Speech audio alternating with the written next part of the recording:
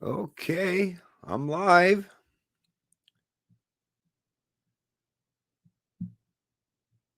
Time to send out the notifications.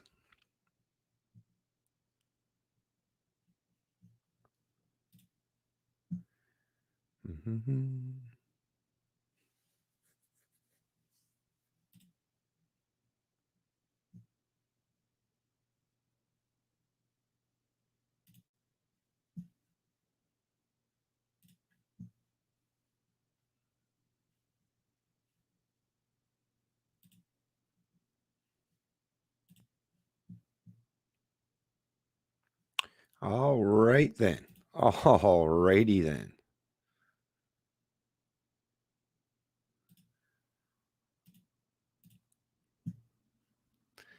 Skip purple shirt video. Blue's cool. Hey, you can always throw the one with the purple shirt, on in the background. Every view on the videos, it makes a difference, right? Everything, every little bit helps. That's always something that a person could do. If you don't really care to watch it, at least throw it on in the background and throw me at least the view, right? It's a thing. I know people don't seem to realize it, but the YouTube algorithm controls a tremendous amount of how much I can get my reach out, and little tiny things like click through rates. So if you see my stream or a video and you just keep passing by it, well, that sends a message to YouTube is nobody cares about watching this guy's stuff, so they don't recommend it, right? That's like I say, it's a thing. We got to get into the mindset, all of us, I guess, get into the mindset of just thinking about, how if you're going to watch people's channels and you want to, see that their channels grow. That's the thing. I don't know how else to express this, but hey, let me just go with this, because in reality, like if I could do everything myself, and that's why even when it come into sports, when I was growing up, I got nothing against team sports per se, right? I played, team sports, but a lot of the sports that I really ended up liking a lot were things that were individual sports in terms of, individuals competing against each other, right? Now, and in those ventures or those venues, yeah, I'm fine because I just have to rely on myself, right? Whether it's even things such as drag racing, I just got to rely on, make sure I built the right engine, make sure it's fast enough, make sure I get the stall converter matched up with my RPMs of my camshaft. I've done all that personal work myself, and since I've always been my own mechanic, and then I'm the driver, I got to make sure I got quick reaction time, right?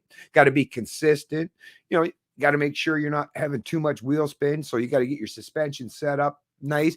Once again, that's all things that I can control because I am the one that's doing all that. Whereas when it comes to social media or, having a channel on YouTube or having a presence at all on any of these social media platforms, is I require other people. Think about it, folks. It's like we're in a competition with the authoritarians. Right. And there's authoritarians. They come from the right and the left. That's just a reality. There's all kinds of authoritarians amongst us. And consider it, we're not in like an actual, genuine violent conflict, but there is a war of words, more or less, or a war of rhetoric, or a war of ideas, or ideologies, or whatever you want to look at. There's definitely a huge battle taking place out there for the minds of the masses. And what I'm seeing and what I'm recognizing and what really frustrates me quite tremendously is that I'm like in a personal competitive sport or venue where I'm the one in control of whether I win or lose. Well, I have no control over that. I can only do what I can do, and then I require and rely on other people to put me in a position where I am out in front, or being able to challenge them, our counterparts on the left or the right, these authoritarians. But once again, it's like nobody want me to be in like I say, if you want me to have any kind of influence or sway out there, we got to stop. I know I kind of has said this a couple times before, but we really got to stop circle jerking and sitting around, in these fucking echo chambers. I mean, if that's all you really want out of me, then like I say, That's quite fucking selfish. Is how I would say that. It's like, no, there's more than just us, right? There's a whole world outside of us that we got to function in. And especially have kids. Don't you give a shit about making sure that they're going to be in a good position at some point in time in the future? Because right now, as it is, those in the media, the political class on the left and the right, the authoritarians among us, keep being able to point to libertarians and people that are standing up and defending and talking about the ideas in regards to freedom and liberty and all that shit. They keep pointing and say, look, nobody cares about these people. Look at this guy, Canadian libertarian. He's only got what? Maybe 100, 200 people that ever watch his streams or his videos. Who cares about that guy? And then, yeah, all the people are like, well, yeah, I guess you must be right. All right. So why? So I guess they're losers, right? And I mean, the sad part is I don't know what it is, whether it's just us few people or that, I don't, like I say, but we can't win. It's not a winning strategy if we're all, like I say, just functioning in echo chambers and not trying to get these kind of messages out there. And like I say, I keep offering all the time, if you think there's someone else that's doing a better job, then do support them. And I'd be right there. I'll follow right along with you, right? If you don't think I'm someone that would be in a decent position or in terms of a leader of liberty, hey, point out whoever the hell it is, and let's rally around, or at least help support that person, so that it can seem like at least there's one person in this country, right? At least one, because like I say, the leftists and the leftists and the right wingers, the authoritarians, they've got what, hundreds of thousands, millions of peoples among the ranks, and we're running around here with a bunch of ragtag nobodies. Yeah. Anyways, that stuff. Yeah, like good luck if of ever convincing anyone that we're in any position to challenge the status quo when, like, not at these ridiculous viewership levels and support. And I mean, I'm really appreciative of the few, but I'm just saying it's not growing, it's not expanding. Like, I don't know. Anyways, let me just get back to the chat. Good Sunday morning to you, Wizard Online. Let's all have a solemn prayer for the liberties that Canadians have lost, right? And are going to continue to lose. And we'll do another subsequent or follow-up prayer and hang our heads in shame by the sheer fact that Canadians seem to be more than willing to go along with it and support it, right? Take my rights, take my freedoms, please. That's the message I hear day after day from the Canadian people. And actually, they're not coming out and say it, and it's actually, there's no sound, but the reflection of that reality is all around us, and it's quite smothering. Turd Ferguson, hey, tell me why the Indians are allowed to keep their guns. Listen, let me just say this, Turd Ferguson. I don't want to get myself in trouble here when I do these streams, but this is the part that's like, when you say this stuff is, first of all, if you're foolish enough or stupid enough, just because the Trudeau liberals, like, to me, it's like, why don't you just own up the fact that you lack balls and just go on away and just join the leftists, right? If you can't beat them, if you're unwilling to stand up against them, just join them, right? Because at least they'll protect you, or at least you'll be the last to go, right? Or the last they'll target, or it might be the first because maybe you're closer by. Either way, but like I say, is whether they say that Indians, First Nation people, or anyone else in Canada is allowed to have their guns, that, as we know, this is basically a political edict, right? It wasn't even done through a legislative means or measure. So if you do it, then hey, if you disarm yourself, put it this way: if any criminal or anyone that has ill intentions towards you comes up to you and says, hey, I want you to disarm yourself, I'm not disarming myself or the people I align with, but I want you to disarm yourself, and you voluntarily do that, well, then you deserve every fucking thing that you get subsequent to the fact that you were stupid or naive enough to disarm yourself because some piece of shit politician in Ottawa or even a group of politicians in Ottawa said so. Go ahead, make yourself good little slaves. And just, like I say, just if you do, then just move over and, like I say, join with all the other dipshit losers in this country that have already accepted that they're indentured slaves or servants to a ruling class. Like I say, take your fucking place if you're willing to fall for that kind of nonsense. Listen, we all know they're playing politics. You not realize that that's what Trudeau is. He's a dipshit authoritarian. That's what he is. Hello, why would you expect anything less from him, right? I mean, we all know what he signaled all of his intentions, and Canadians voted for him. Why? Well, at least just let me smoke a little fucking pot, right? I don't know, whatever, just ridiculous. Like I said, I don't have much faith in Canadians anymore. And how the hell could I? How the hell could I? Some of us that are in the chat, yeah, no doubt. But like I say, tiny minority. Hey, what's going on, Bernard Hutchinson? Hey, Mr. Bennett, where's your AR-15? Give it up. Yeah, Trudeau needs it to mount on his wall next to his moose head so he looks manly. Wow, that'll be a stretch, eh? Not like I would ever tell anything. And that's another thing with the whole registering your firearms. Whoa, what happened here? Start cam. Okay, what in the fuck is going on? Somebody hacking into my goddamn stream? As you've seen, I had my hands up and somehow my camera stopped. That's weird. It's a little fucking weird, I would say. Anyways, back to the... Yeah. That's good that all this stuff is recorded. I'll check for that later. Anyways, that'll be a stretch. Yeah, like I say. It's not just the AR-15. It's 1,500 guns, right, that they've suggested that are now and why? Because they're assault style, style, right? Like I say, you're living under an authoritarian regime and it's ruled by edict. That's it. And I don't know why Canadians, I mean, at some point in time, we got to start to take this a little bit serious, right? Just a little bit fucking serious.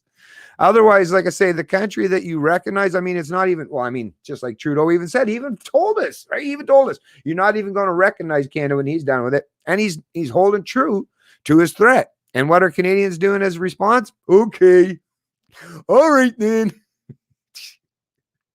Whatever you say, Trudeau. What the fuck? Yeah, I know. Yeah, I know. Canadians are pathetic. Pathetic. Really pathetic. Most, I should say. Not all. But I mean, yeah. I mean, how many of them out there, we're a rounding error, those of us even showing the slightest bit of courage, right? I bet you love the picture of me with the meme, oh, Canada, our socialist communists. Yeah, right on. Yeah. Free weights. Yeah, free weights, yeah. Friend wants to buy my backpack for Fort McMurray flood cleanup. It's like $6,000 pay. Wants to buy my backpack for flood cleanup. It's like $6,000 pay. Hey Bennett, what's your take on Trudeau's gun grab? Will there be a backlash or will it fade into the void?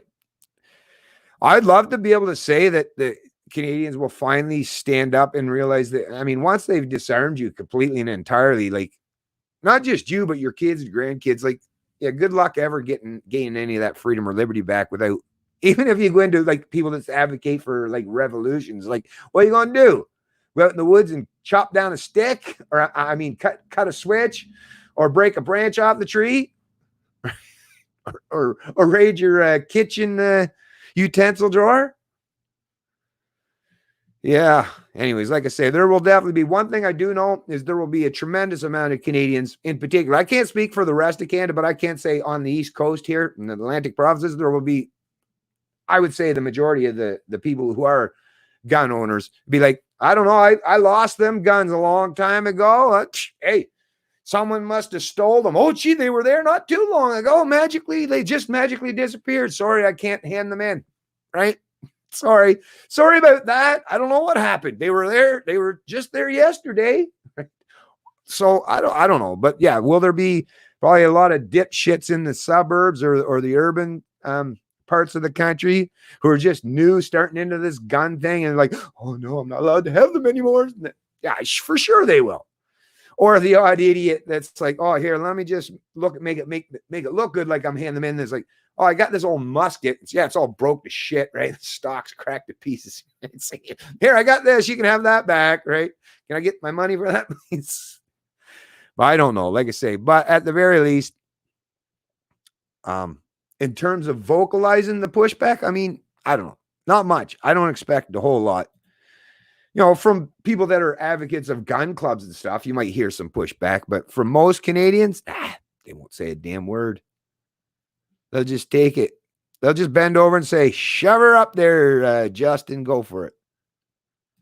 God save the Queen. Black Star Music Productions. Yeah. God save Alberta. If it was under the table, I go help Fort McMurray. Sending you an idea by secure email, Wizard Online. Thanks. So that must go out to okay. I know what one you're talking about there. Appreciate that. You're seen as an asset, nothing more. Yeah. It's a war. Let's stop pretending. Why not drop the veil and call it what it is? Well, it is basically, yeah, Chronos Trigger. I mean, like I say, it's not a full-on war, but before any actual conflict takes place, yeah, there's the planning, the pre-planning, right? And basically, the Trudeau Liberals, it's the way they've been responding and reacting, especially in regards to the COVID-19, it's like they are on a war footing. And I mean, we've heard that kind of rhetoric tossed around already, right? So yeah, that's kind of already basically been put out there. And I mean, think about what they're doing, right? Assuming all the control over the money supply, making sure that they disarm the population, make sure they've bought off all the media so they can propagandize the people. I mean, like I say, if you look through the checklist of what all authoritarian regimes tend to do prior to when they really start to ramp up the kind of authoritarianism that's yet to actually fully take place in the countries, yeah, they're dotting or they're putting their ducks in order, right? And the Trudeau Liberals have been busy ever since he come to power, lining up the ducks and putting them all in order, making sure he's basically playing the game of chess, and the Canadian people haven't even stepped up to the board yet. And meanwhile, he's already like 4 or 5 moves out in front, or at least 4 or 5 moves, when the rest of Canada is, like I say, I don't know, still late to haven't even figured out how to find where this place is, or I don't know, because their GPS is malfunctioning. They don't know how to get directions and where you go, or what position or what path you have to take to understand what freedom and liberty is all about. And why that is because every time they look out there, they're being told that by the media, those dipshits that are repeating Trudeau's talking points, they're basically saying, oh, no, all what Trudeau's doing, stop being hyper sensationalized about this. Don't worry, nothing to see here, move along. And then, like I say, most Canadians are like, oh, okay, woo, here I thought we were going into a full-on authoritarianism here in Canada, but well, at least the media told me that that's not the case, so I guess I might as well just go back to sleep, right?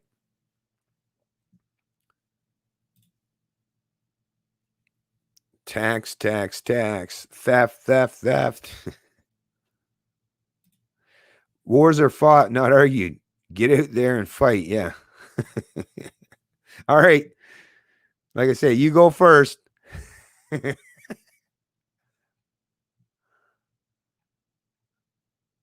Okay, I had to skip back down here. All right, just checking to see. Good morning, Jake Fillmore. What's the next? They want air gun license for all. What's the next? They want air gun license for all air guns. Yeah. Who's the we? Who's the we? Chronos Trigger. Who's the we? Right? Who's the we? You and I, the 16 people watching the stream. I don't think so. I can count. Like I said, most Canadians aren't going to be there to defend you and get your back or have your side, right? I don't know.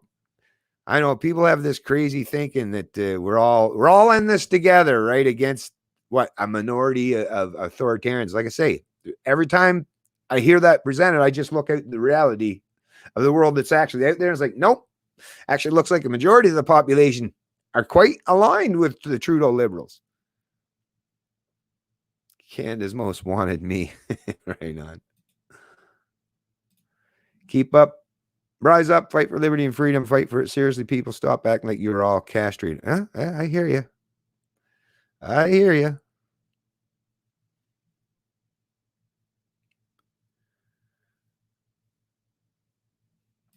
Miscellaneous silliness. If you told Canadians get in the boxcar, it's going to the virus protection camp. They'd all go. Yeah, very good chance of that. Very good chance of that. Anyways, folks, like I say, I do want to cover a bunch of stuff because, man, I got a lot of stuff to cover and some pretty good stuff. Before I do, I couldn't remember if I was talking about this because I've had so much stuff I've been dealing with. I had the interview yesterday with the UBI or the Ruby, I guess. Basically another form of universal basic income. I'm still confused, and I don't know. And to me, the difficult part when you're having those conversations is for someone that's put in that much work and effort to try to figure something out, or you should have a better understanding that makes it easy to explain, which kind of tells me he hasn't quite ironed out the wrinkles for that kind of thing as of yet. And I don't think anyone that promotes any kind of universal basic income have really put in the proper work to be able to defend their positions or their stance. And I'm looking for anyone, like I say, if you know anyone out there that supports any kind of universal basic income, then I would love to have a conversation or informal debate with them, because like I say, no one's offering anything up that even, like I say, yesterday, I mean, it was, somewhat decent conversation all, but I just, like I say, I don't know, for a person to be truly knowledgeable on a topic, they should know what they have to say and make it clear and concise for anyone to be able to understand. That's for me. Like I hear a lot of people, and especially when I read books or watch videos or listen to lectures or stuff, I hear like sometimes that they use words that are like, oh, okay, really, that's not going to be easily understood by the typical layman. But what I do is just when I talk about these things, I make sure that I'm knowledgeable enough on the subject that I can use the old built-in thesaurus in my brain, because I have a decent expanse in terms of vocabulary, and just use a word that's a synonym or synonym with whatever the big words these people are using, so that I can express that in more layman terms and make it easily understood. That's that, like I say, clarity of language, clarity of thought. That's how you know that people are being forthright and honest, because they're not trying to manipulate you by using these big words. But I don't know, sometimes, like I say, a lot of times when, I'm not saying for certain if that was the case, but a lot of times when that's happened, it's because the person just doesn't truly have a firm grasp or understanding and actually the subject matter that they're dealing with. But anyways, like I say, I wanted to get back to this. I'm still, and then I'll do another one, Mike Rowe, but I'm still like so super impressed. And I know some people are saying they don't like Elon Musk and blah, blah, blah. But like I keep saying time and time again is, listen, what? Friendly heads up, Chrome has a bug that can cause screen sharing to crash on Windows 10. What? It's pretty rare. But if it happens, you may want to use Firefox to share your screen. We're working with the Chrome team to get this fixed. What the hell? I've been using it all this time. Anyways, whatever. I haven't had any issues with it, But like I say, especially people in the tech community, to have someone like Elon Musk, right? And being out there and a leader and talking about the importance of freedom and liberty, like, to me, that's profound. And I'm glad to see that he was willing to do so. So I'm just going to, like I say, just going to read a little bit from this article out of The Verge. Elon Musk says shelter-in-place orders during COVID-19 are fascist. Give people back their goddamn freedom. Yeah, that's right. He didn't just say give them back the freedom. He said goddamn freedom. That emphasis on, you better give them back the right. So I mean, he's actually pretty forthright in his willingness to stand in defense of people's freedoms himself. And of course, does he have his own personal reasons for doing so? Right? Probably wants to get his workforce back to work. Right? But of course he should, or of course he would. And why wouldn't he? Right? The man, his business is probably losing money hand over fist at this particular point in time. So the government is proven to be quite detrimental to someone has created. I mean, think about the business model this man has invented and created to challenge some of the establishment players. SpaceX, huge private business that can take us into space, resupply the space station, put up satellites now so that we can have broadband internet access across the entire globe and in the rural communities, right? Mars missions. I mean, there's just a multitude of things, right, that Elon Musk is doing with the SpaceX program. Then you've got like Tesla, really the world's premier automotive company that actually builds electric powered vehicles, right? And then you got his solar ventures in terms like you can use for your roof. So even if you're someone that's wants to be a prepper or just kind of just get away from things and kind of go off on your own little cabin in the woods, well, Elon Musk and his companies have ways so that you don't have to be beholden to the corporate world in terms of the establishment players, like in terms of power consumption. So like I say, I'm really appreciative just based on the companies that he's provided, so that there are disruptors to the status quo. But in addition to that, like I say, he's also offering some great advice and emboldening hopefully some of the younger people to take this kind of a stance as well, or especially those in the tech or in the technology or the engineering fields, right? This was reported by Nick Slatt, April 29th, 2020. Elon Musk called the shelter-in-place orders in the San Francisco Bay Area and throughout the U.S. fascist actions that are stripping people of their freedom on a Tesla earnings call on Wednesday. Musk's comments come after a torrent of criticism for remarks he made late Tuesday night on Twitter, in which the billionaire CEO echoed President Trump by writing in all caps, "Free America now." The rant began after Musk said, "We are a bit worried about not being able to resume production in the Bay Area, and that should be identified as a serious risk." 6 Bay Area counties jointly extended the shelter-in-place orders affecting San Francisco, Fremont, and other cities through May 31st, with only some minor relaxing of restrictions. The expansion of shelter-in-place, or as we call it, forcibly imprisoning people in their homes against all their constitutional rights, is, in my opinion, breaking people's freedoms in ways that are horrible and wrong, and not why people came to America and built this country, Musk said. What the fuck? If somebody wants to stay in the house, that's great, Musk continued. They should be allowed to stay in the house, and they should not be compelled to leave. But to say that they cannot leave their house and they will be arrested if they do, that is fascist. This is not democratic. This is not freedom.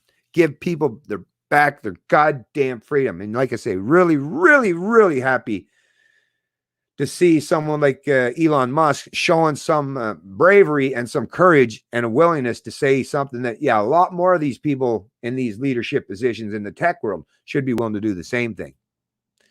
And of course, well, we got this one here from Mike Rowe on the flip side. So he's not into the tech world. But yeah, Mike, he's not too happy about how things are taking place either. And once again, at least he's another person that's definitely got the ears of many people and is at least giving them something to rally around or support in terms of pushback against this nonsense, right? So here's this one from the Washington Examiner. Headline, and this was Sunday, May 3rd, 2020. Oh, so that was actually this morning. Yeah, that's right, too. Mike Rowe, there's no such thing as a non-essential worker. By Andrew Mark Miller. Oh, actually, it was originally, I guess, posted on May 1st, 2020. Former Dirty Jobs host Mike Rowe spoke out this week about the other victims of the coronavirus and argued there's no such thing as a non-essential worker. Most of the country is going to come through this with the realization we're being treated like children. Get you right here, right? That's what I've been saying. And it freaking drives me nuts. The fact that us full-grown adults are literally, and like he's alluded to, are literally being treated like fucking children. It's like these, anyways, I won't even get into the demographic thing. But yeah, certain people seem to be, no matter how old their kids get, or their grandkids or whatever, there's certain people just, no matter what, they just want to treat you as if you're still that little child that they want to completely control and micromanage. And that is how the state is now treating the citizens, not just the U.S., but even more so in Canada. And it's getting, yes, quite stifling and suffocating. Most of the country is going to come, by people who wants to look at them as parents, Rose said during an interview with Glenn Beck on The Blaze. And the video to that is embedded, or at least a segment of it. So if you want to check it out, actually, it probably shows, if you click on the link, it'll probably show you the entire interviews, or possibly then you can at least find it.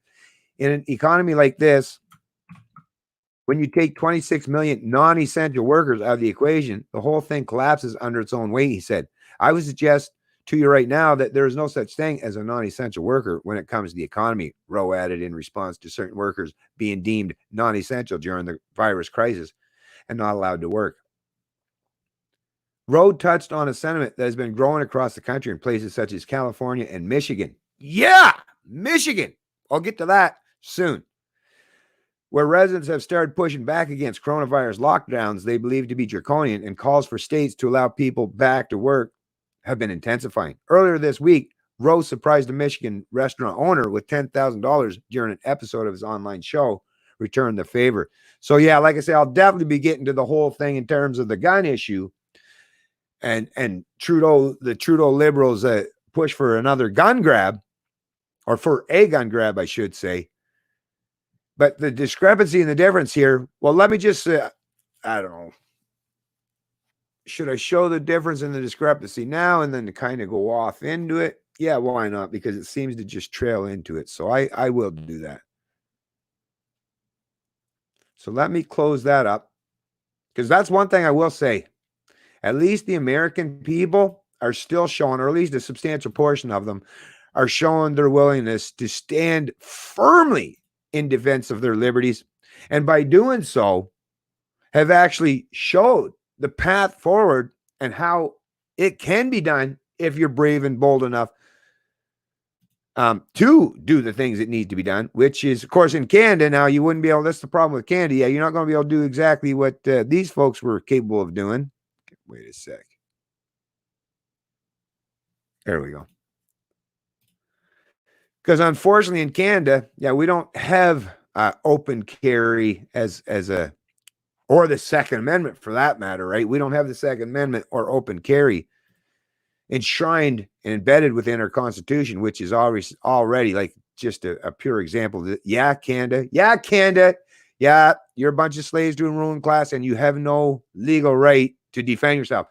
They'll supposedly allow you to go hunting, but only if you use whatever rifles or weapons they deem allowable, right? But that's how they always use it. Oh, what do you need? What do you need this weapon for to hunt? You don't need an AR-15 to hunt deer. No, I don't. But if I want to put a little fear of God in the ruling class that are trying to deny that was the point of it. The Second Amendment had very little to do with whether people were allowed to hunt or not, because at that particular time, there was no pretense that you could go and prevent some from being able to hunt, because there wasn't grocery stores at the time, right? So no, it was all about, and it was very well known that the Second Amendment was set up to make sure that if authoritarians ever rise through the ranks of politics and try to infringe or deny you your inherent rights and liberties, well, that's the point of that Second Amendment. But like I say, in Canada, nope. And that definitely affects the psychology of Canadians, or their willingness to stand in defense of their liberties, right? Because they've never been told you should, right? I'm telling Canadians, you should all have the inherent and inalienable rights. Well, you do. The problem is the government denies them.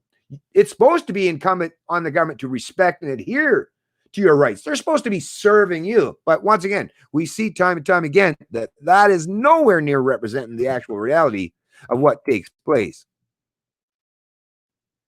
But like I say, the Michigan people, and this is out of Liberty Headlines. It was reported in lots of media outlets, but I figured, hey, why not give Liberty Headlines some acknowledgement here, right? Michigan Governor Whitmer loses shutdown fight as armed citizens storm Capitol. This was reported April 30th, 2020.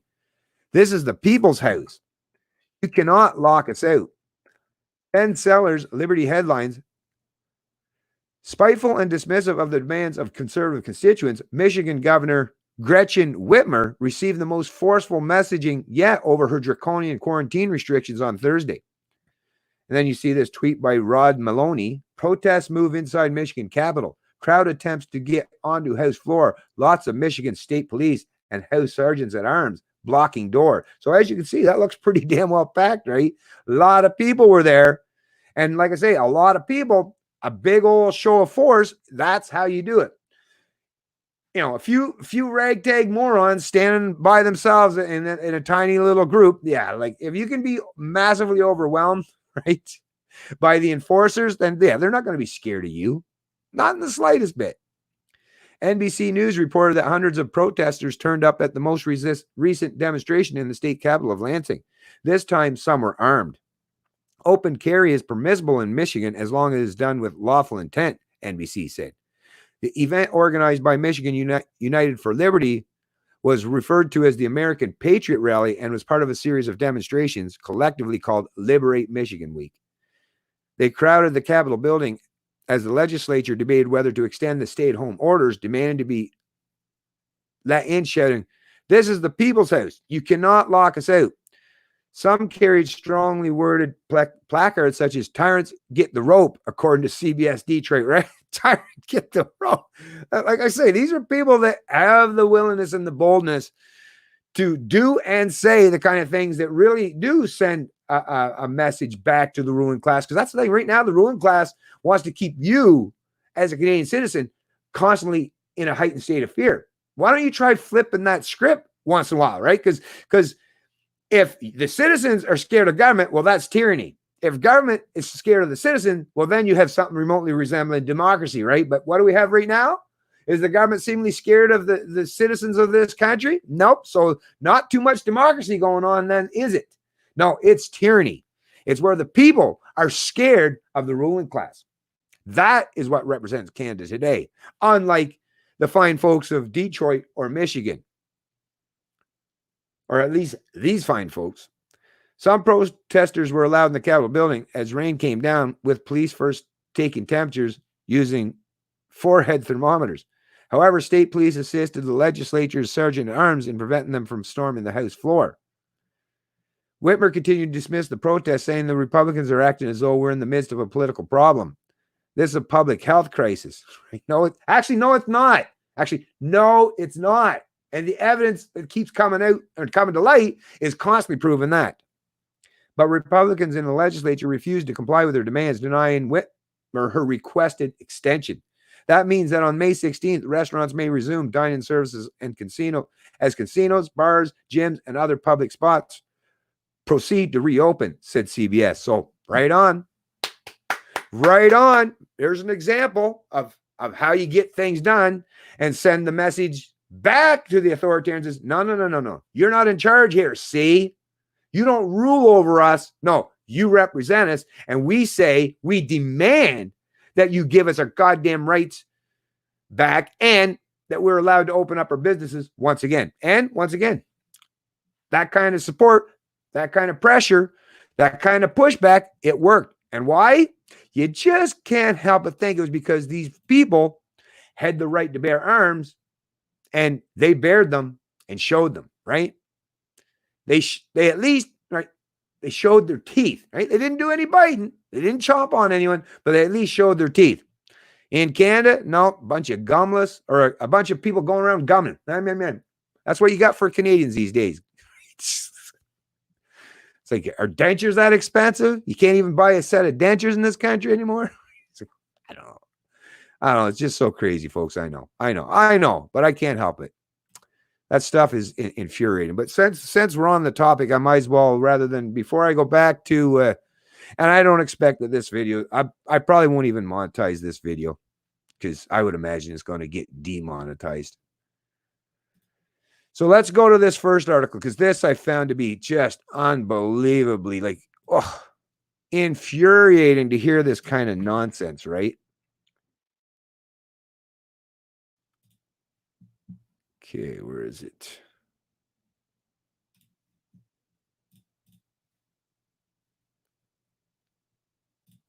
Yeah, so this one, and of course it's reported by all the media outlets in regards to the Trudeau Liberals' overreach and gun grab.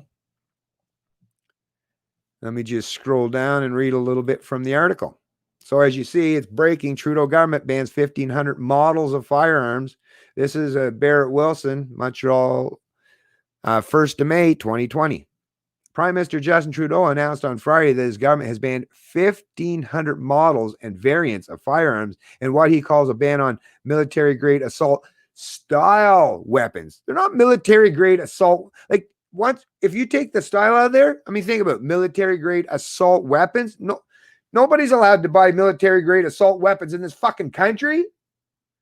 But you just add in the term style, and now all of a sudden you can make, like I say, some weapons that actually are a lot less powerful than what your granddad's old hunting rifle is up on the wall, but because they look scarier or they have a style that looks scarier, well, Trudeau is going to ban them as a consequence and turn a whole lot of Canadians instantly into criminals overnight. These weapons were designed for one purpose and one purpose only: to kill the largest number of people in the shortest period of time. There's no use and no place for such weapons in Canada, Trudeau said. Effective immediately is no longer permitted to buy, sell, transport, import, or use military-grade assault weapons in this country. Once again, no one's allowed to use these things except, I guess, the people in the military are a very, very select few, right? But to be able to use military-grade assault weapons. And the fact that and Trudeau saying that there's only one, yes, it is, Trudeau. It's as a means to kill. Yes, that's exactly what guns are for, right? That's what all your enforcers, right? All those people that are going to carry out these edicts or these mandates that you want to impose on Canadian citizens, they're going to be going to people's homes, right? If people don't comply, they're going to be carrying weapons. So you're all for. Trudeau is basically already admitting he loves himself guns and what the threat of those guns come with. Because like I say, if the people that were going to enforce these laws didn't have guns, well, how well would that work out, Trudeau, right? Your threats, you think anyone pay attention? You're fucking, like I say, the guy's got a body of like basically like an adolescent child. Do you think anyone in Canada would be scared of you, fucking Trudeau? Very well, not any real men, that's for sure. So nobody, or your fucking lame ass socks, nobody be giving shit. Your little political eating wouldn't do shit. How you seek to intimidate or impose this on the Canadian people is by using your mindless enforcers, your order followers who do have guns and are more than willing and capable, or well, I don't know about the capable, some of them, but more than willing to use them against anyone that defies your edict. So like I say, Trudeau loves guns. He's not against guns at all. And the more powerful, the better, right? Hey, didn't the federal government just, because of the shooting that happened from Justin Bork that time in Moncton, New Brunswick, step up and basically say, hey, we got to get all the police force in this country, or in particular the RCMP, got to get them all carbides, got to get them even more high powerful weapons, right? So no, Trudeau and his ilk, they're big fans of guns and weapons. What it is if they're going to get into conflict with anyone else, well, they want them to be disarmed before they start to do so. So that's not only authoritarian, but the most cowardly type of authoritarian ever. Because it's one thing to be willing to go battle or to try to deny someone their rights and liberties. But before you even step up to try to take away the rights and liberties, first you take away their ability to defend themselves, or at least show that they have the capacity to defend themselves. The fact that you're willing to do that just shows how cowardly you are of yourself while you're going about that. And like I say, I can't believe all that. Well, yeah, actually I can believe that the men, I won't necessarily talk about the women per se in the military, because I still, even as I'm a modern man like anyone else, I still can't wrap my head around like why even fucking women would want to go in to be in, like, I mean, stand in military. In other parts of the military where you're not on the front lines or stuff, or being the enforcers or the grunts, okay, whatever. But why women up, like in terms of like battle duties, or yeah, I still don't grasp that. I don't know what kind of women these women are, but I mean, teach their own, but to me, it's like, I don't know. But I'm still amazed, although I don't know why I am, at how many of these military men in this country that they like to go around, and yeah, I've seen them. I've talked to a few of them. Matter of fact, I've had dialogue and conversations with a few of them. I went over to Afghanistan and I killed all these, or it's like, really though? Oh, you had all this courage, all this bravery to go kill fucking strangers in a foreign land that didn't do one goddamn thing to you. But how much courage do you have to stand in defiance against the Trudeau liberals and their feminists? Because that's what they are, a bunch of fucking feminists. Feminists in this country now have carte blanche ability and power to rule over the men of not just like that's the thing with the police too. Aren't you supposed to be defending Canadians? Well, if you were, you'd be targeting and focusing, your weapons on the people that are imposing these mandates or edicts on the Canadian people. But like I say, look at them. Oh yeah, just like the police in this country. Oh yeah, if you're a helpless, defenseless Canadian, just drive down the street, maybe going 15 kilometers an hour over the speed limit, or maybe you're a guy like myself that had a couple beer while you're out in your ATV. Oh, you can be big bullies and throw your fucking weight around and intimidate and threats of violence and force. Oh, they can do all that stuff all day long, but will they stand up against their political masters in any way, shape, or form? Nope. Let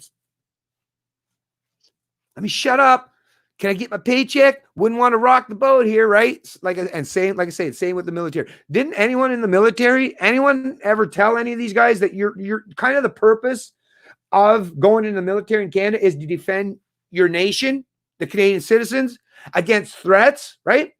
Well, they should have let them know that it's not just threats that come from foreign countries or foreign places. There's a whole lot of threats that come from right here at home, right?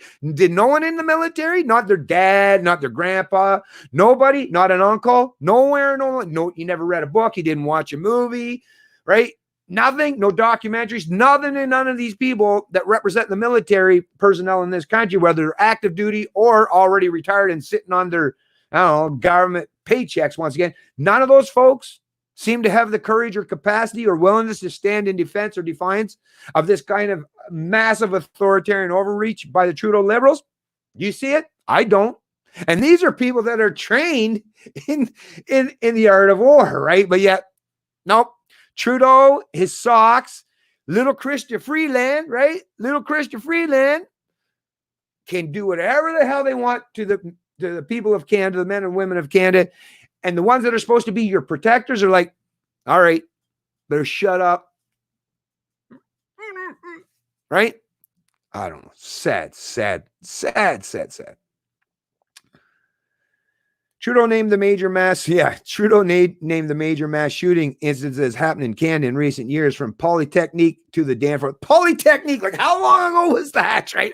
I'd have to, I mean, that's been a long time. And the fact that you got to stretch or reach all the way back to that bullshit.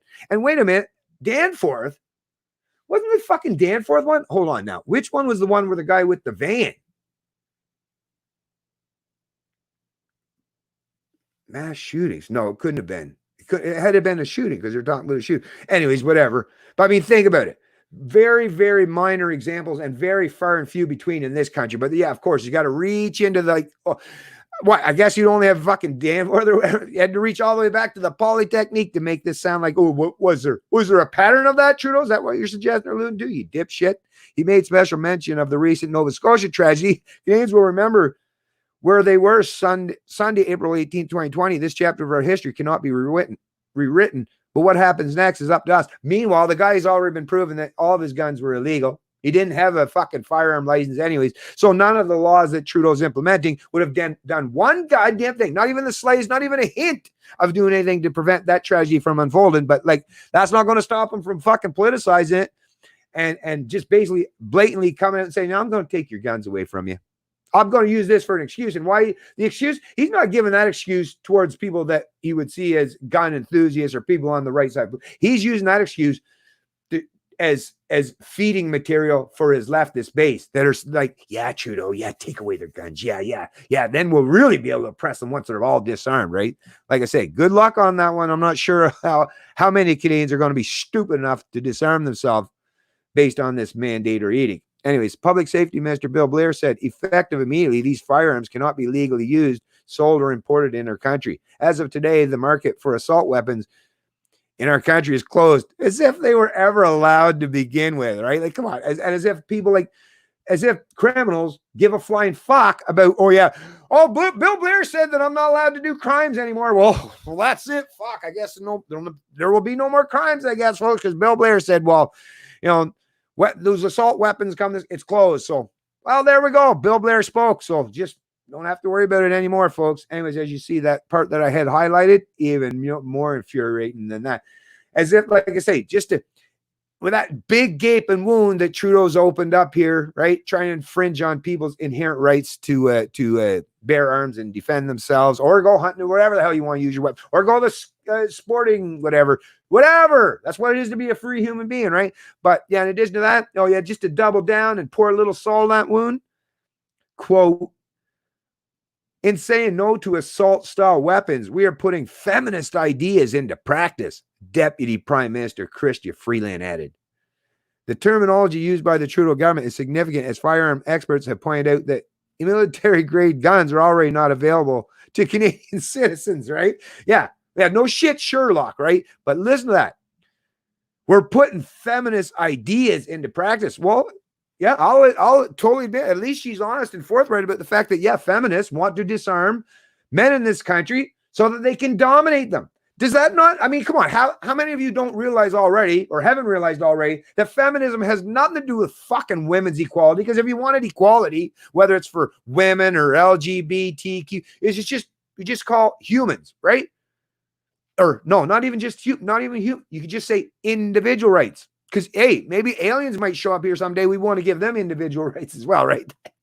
I don't know. But anyways, individual rights covers that, because a woman, yeah, you're an individual too. So if you have individual rights, there's no reason to have any such thing as feminism, nor is there such thing as needing advocates for LGBTQ. If you're an individual, you're covered under individual rights, freedoms, and liberty. These things, such as these, like feminism, no, like I say, and I mean, the writing's been on the wall for decades, all the way going back even to the first wave of feminism. But I mean, come on, second wave, third wave. You see now that feminism is all about becoming the new men, right? The dominant people in society. And the men are supposed to subordinate themselves to the feminists. That's what they're constantly trying to do. Every time you read what these feminists truly stand for, and you hear what they the kind of things they vocalize, is they don't want equality. No, they want to dominate men. That's what they want. And Chrystia Freeland and Trudeau, a self-identified feminist himself, has basically said, yeah, here, go ahead. I'm going to give you that power right now. Like I say, I can only imagine. Oh, they must be so excited to hear that they now are getting that much closer. At least they think they are getting that much closer to having that domination over Ben that they've been salivating over for so long, right? Anyways, there's this other article. I'm just going to cover it real quick because it's Gunter out of the Toronto Sun regarding the whole same thing here, the whole issue with the gun grab. So as you can see, headline, Gunter, the Liberals conniving and undemocratic gun control measures. This is by Lauren Gunter, May 2nd, 2020. Gun control was one of the key planks in our election campaign, Deputy Prime Minister Chrystia Freeland told a news briefing on Thursday. We received a strong mandate from Canadians to act on gun control. Maybe I should Google the results of the 2019 federal election again, just to be sure. But if memory serves me, the Liberals only won a minority in that vote. So where's this strong mandate? Exactly, right? That means the Trudeau government doesn't have a strong mandate from Canadians to do anything precisely. Is it stopping them though? Nope. Especially not confiscate tens of millions of dollars of private property with the stroke of a pen without going to Parliament in the middle of a public health emergency. Like, just so, like, the way this is being done, it's so underhanded and so, it's just vile, right? The Trudeauites have decided to appease their base, which doesn't know thing one about gun violence, by pandering to fears about mass shootings at a time when the public is fixated on a pandemic and Parliament is not sitting in a fashion that could hold the government to account. Sounds a tad conniving to me, and undemocratic too. The ban on assault-style rifles, 1,500 models in all, and maybe a total of 250,000 guns, is kind of a half measure. It's not an outright ban of the guns on the government's lengthy list. It's more of a stranding. Current owners may keep the rifles until they die, at which time their estates must turn them over to the government, but they cannot sell them to other gun owners during their lifetimes. And it's not even clear whether they can still legally use them to shoot targets or hunt.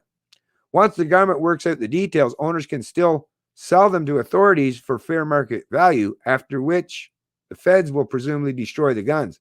But if the market for these guns has been halted and current owners cannot even use the guns for sport, what do you imagine their fair market value will be? 10 cents on the dollar? Exactly. I'm not a gun owner, never have been. This doesn't affect my recreation or my pocketbook in any way. But this sort of assault by governments on the rights of legal citizens for no other reason than political optics drives me up the wall, as it should anyone. As I've written time and time before, I do not trust any government that does not trust my law-abiding neighbors to own guns. Exactly. Friday's move by the Trudeau government would have done nothing to prevent the mass murder in Nova Scotia 2 weeks ago, because the new ban applies only to licensed gun owners and their legally acquired firearms. So anyways, folks, I'll just tie that one up and get back into the stream, see what everyone's doing. and how everyone's responding or reacting to this kind of nonsense. But yeah, it's shit. Really, it does. It grinds my frickin' gears, folks. It grinds my gears.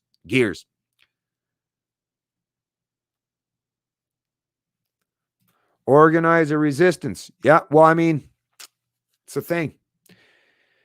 Most people don't want to get into doing too much in terms of organizing anything, right? It doesn't seem to be. I mean, there is, I think, Mark Friesen saying that they're going to try a run to Ottawa on, was it? Oh, Canada Day. So Canada Day is, I guess, your best chance or option if you want to get out there and protest. And now I will definitely wait and see, because once again, yeah, I've been out in front doing this stuff for far too long, and I know the crosshairs are basically already anything to try to shut down or silence me. But if I do see, like I say, I'm gauging and measuring the pulse of Canadians, right? And if I see that there's a substantial, like when they do have that protest, or if I see any protest where a substantial portion of the population shows up, then I'll realize, okay, now we might be getting somewhere.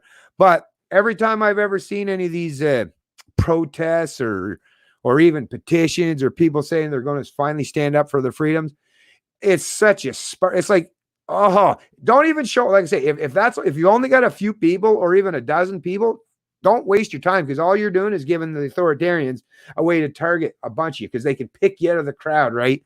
Don't make yourself targets or martyrs for a bunch of fucking the rest of Canadians that are more than willing to sell you up the river, right? That's what I'm saying. Because at the end of the day, you're the one that's got to get by and get through your life. And there's a lot of people, like I say, they'd be more than happy to see you thrown into the gulag and not give a shit about what happens to you.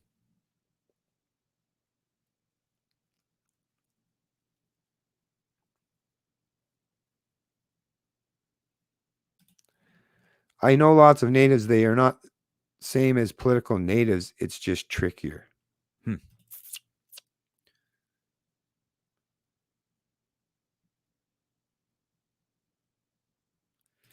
Are you serious? A 500 feet per second pellet gun now needs a pal?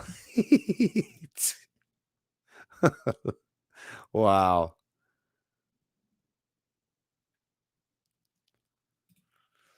Yeah, I don't know. I mean, the censoring thing does, well, like I say, either I am being purposely censored, or like I say, most Canadians just don't give a shit about watching my channel. So I don't know which one it is. Probably a combination of the two.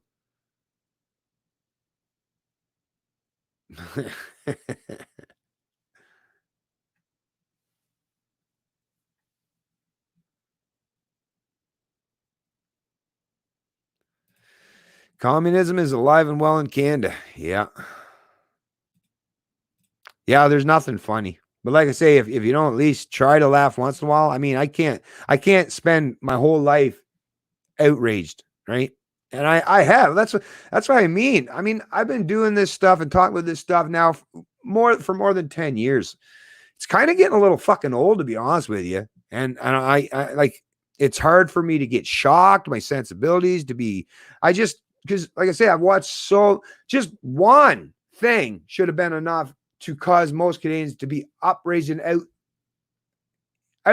up in arms against the kind of shit that's been taking place just since the financial crisis, right? Just since 2008. But I've seen not just that one thing, but another thing, another thing, another thing, another thing, another thing, another thing, like just stacks and stacks and stacks. Well, like I say, how many hundreds of videos have I covered? So many crazy things that even just one example alone should have been enough for people to say, that's it, I'm done. I'm standing up for my freedom and I don't care what the hell, right? But I've seen, like I say, a multitude of those things happen that are very detrimental and completely in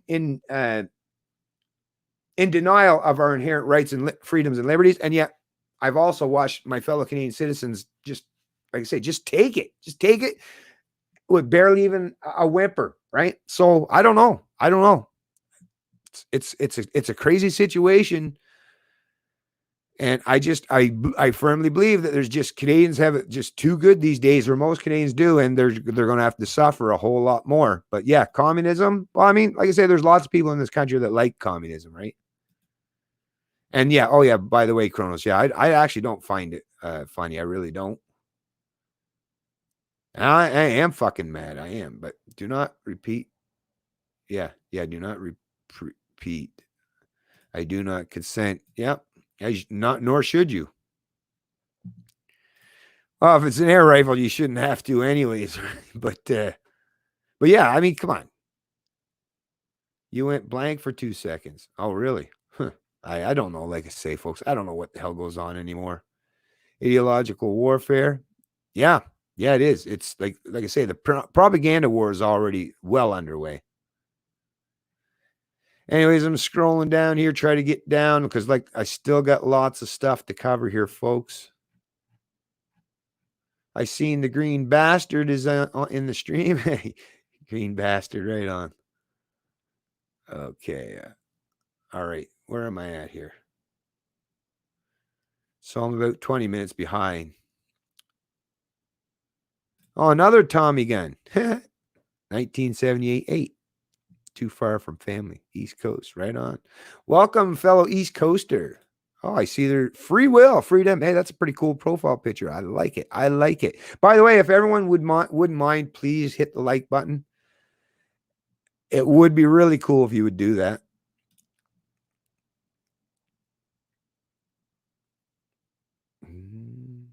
Ken Rose. Oh my, it's a scandemic. Yeah, what a scam, all right. Yeah, well, the numbers are already out there, George Firth, and yeah. The death rate like per million in this country, it is as low, if not lower, than the typical yearly flu. And so, I mean, and that's already, I've reported on that a couple times already. Your heart is in the right place, but go on. Continue. What? Don't leave me hanging, free will. Don't leave me hanging, free will. How so? What chronos? My heart is in the right place. If you do not see this app, okay.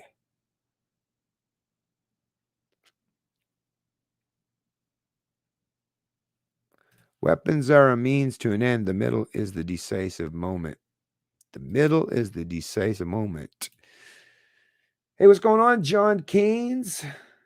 Right on. See the little beaver down there. Unbelievable. All people will be left with is shotguns, lever action, and bolt rifles, and eventually they'll be coming for them too. Yeah.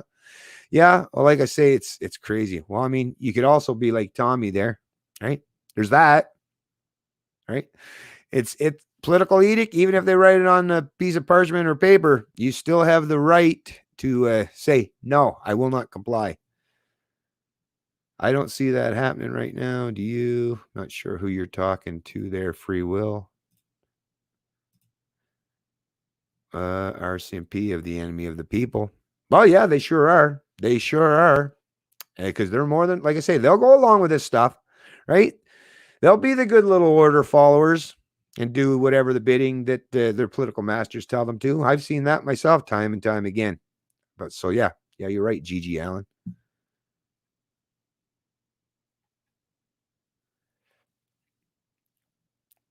Trudeau just banned 1,500 kinds of firearms, and the people did nothing. Yeah. Welcome to Canuckistan, free will. Ain't that a bitch, huh? Ain't it a bitch? If Canadians had any clue whatsoever about how to cast an intelligent vote, Canada would not now be in this tenuous situation. I agree, Ken. I agree 100%. But so I mean, we're surrounded by a lot of people that don't really care much for their own freedoms, never mind ours. Radical feminazis. Yeah. Yep.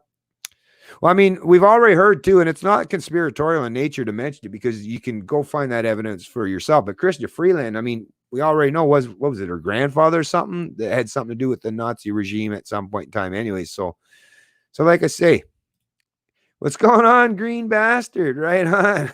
Nice. This rant's amazing. Well, thanks, green bastard. Hopefully I get another one going here eventually.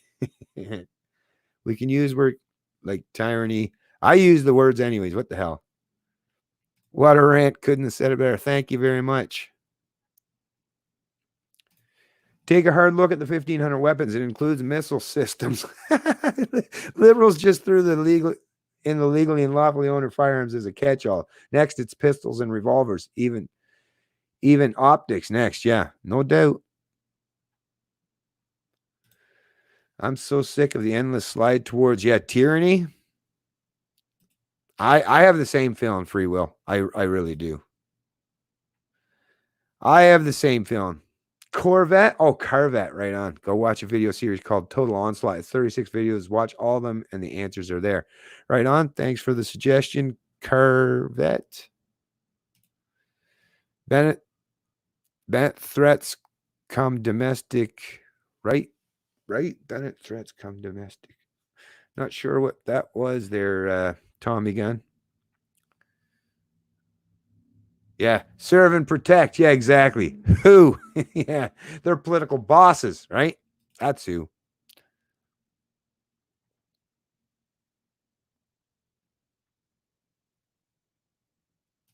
Go boycott with your AR strapped around your shoulder in Canada. What would happen? You'd find out real quick just how authoritarian they can be in this country if Canadians do. And I think a lot of Canadians recognize and realize that, which is why they'd be unwilling to even try it, right? But that's an acknowledgement that you're a slave to the ruling class and nothing more, isn't it? It is. It really is. Oh, yeah. Okay. The van was on Yonge Street. So I'm quite a bit ways back here on the. Let me scroll down here quicker then. Yeah. Ask me how many Canadians have been killed by an AR-15. I would suggest probably not that many, if any, right? Okay. I'm asking you, green bastard. How many? The way I see it, they are taking the guns away piece by piece. So when the UN walks in, we don't have anything to defend yourself and we'll have to follow the rule. Well, did you hear this thing? Where is it? Actually, there was a thing about, did I have that one opened up here? There was something about the Chinese in terms of action. Now I got to go back. Okay, just one sec there, folks. Okay, now I'm getting away from the coronavirus stuff. So maybe I'll have to see. I wasn't specifically planning on talking too awfully much with the gun ban. I was going to do that as a standalone stream, but since we are kind of on the topic, see, I wasn't quite prepared. No, that's not going to work. But basically, I was reading an article. Oh, wait now. So there's this one. Let me pull this one up for you, folks, because I seen this one being shared. Here, let me take that out. And Terence Corcoran is a really great, I believe he's probably a libertarian. He seems to be very close to being a libertarian, and I would suggest he is a libertarian. I've never asked him personally, and I don't know with any 100% certainty, but based on the articles he contributes to the Financial Post, he seems like he may very well be. But as you can see, this article from the Financial Post, contributed by Terence Corcoran, has a headline, Terence Corcoran, the import statism from China strategy. A new report from the Public Policy Forum asked Canadian policymakers to launch a massive post-pandemic state-run industrial strategy program. This is reported May 1st, 2020. As Canadians struggle to wrap their isolated economic heads around the $300 billion exploding Canadian COVID-19 fiscal imbalance, along comes a new report from the Public Policy Forum that asks Canadian policymakers to launch a massive post-pandemic state-run industrial strategy program. Released this week, a challenge-driven industrial strategy for Canada is the second in the think tank's New North Star series, spearheaded by former economic advisors Sean Speer, conservative, and Robert Asselin, a liberal, with help from Royce Mendes, a bank economist. Here's a one-sentence summation of the challenge-driven industrial strategy proposal outlined in the report. The Canadian and global economies have performed magnificently through most of the past 4 decades of trade liberalization, globalization, and market-driven growth. Therefore, it is now time to abandon those successful policies and adopt a new economic model based on the top-down economic policies imposed by the Chinese Communist Party, CCP, in China. So, right? Very interesting, to say the least. In other words, Canada should now import from China what is fast becoming one of China's biggest exports, state economic planning and control. And we know, like I said, Trudeau's already said that he's a big fan of China's basic dictatorship. And look at how the media in this country has been covering this whole thing in regards to, how softball questions or not even holding China to account. And we're talking about the Chinese government, not the Chinese people. We're talking about the communist government in China, right? So it does very much align with this think tank and the liberals and these leftists who represent the Trudeau liberals and their ilk, that they do seem to want to bring that kind of China style fascistic model or communism to this country.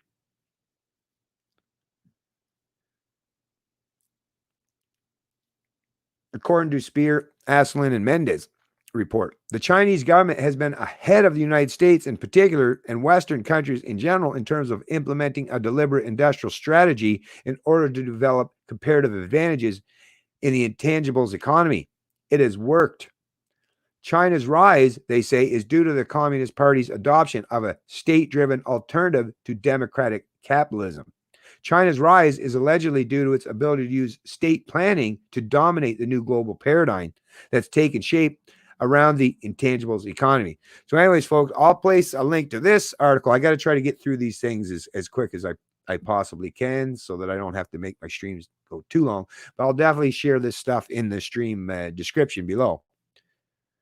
So like I say, it definitely seems that the playbook, the communist playbook, or like I say, it's not even just communist anymore because it's all mixed. So they take some parts of fascism, some parts of socialism, some parts of communism, and it's just a mix mash of all those authoritarian collectivist ideologies, and picking and choosing which one's more selective or best represents the Trudeau liberals and their ilk. That's what it is. It's not going to be the exact iteration, but it's going to be damn near close. And yeah, it's definitely come to the shores of Canada. And what are Canadians doing about it? Right? Or saying, okay, do whatever you want to us, right? That's what Canadians are saying.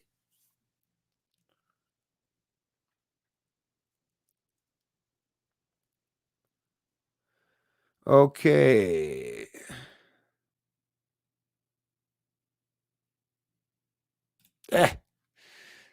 Police corruption, that's pretty rampant in the whole country. How many? Yeah, everyone's asking, green bastard, how many? Thanks, Freedom for All 101. Thanks for joining the stream.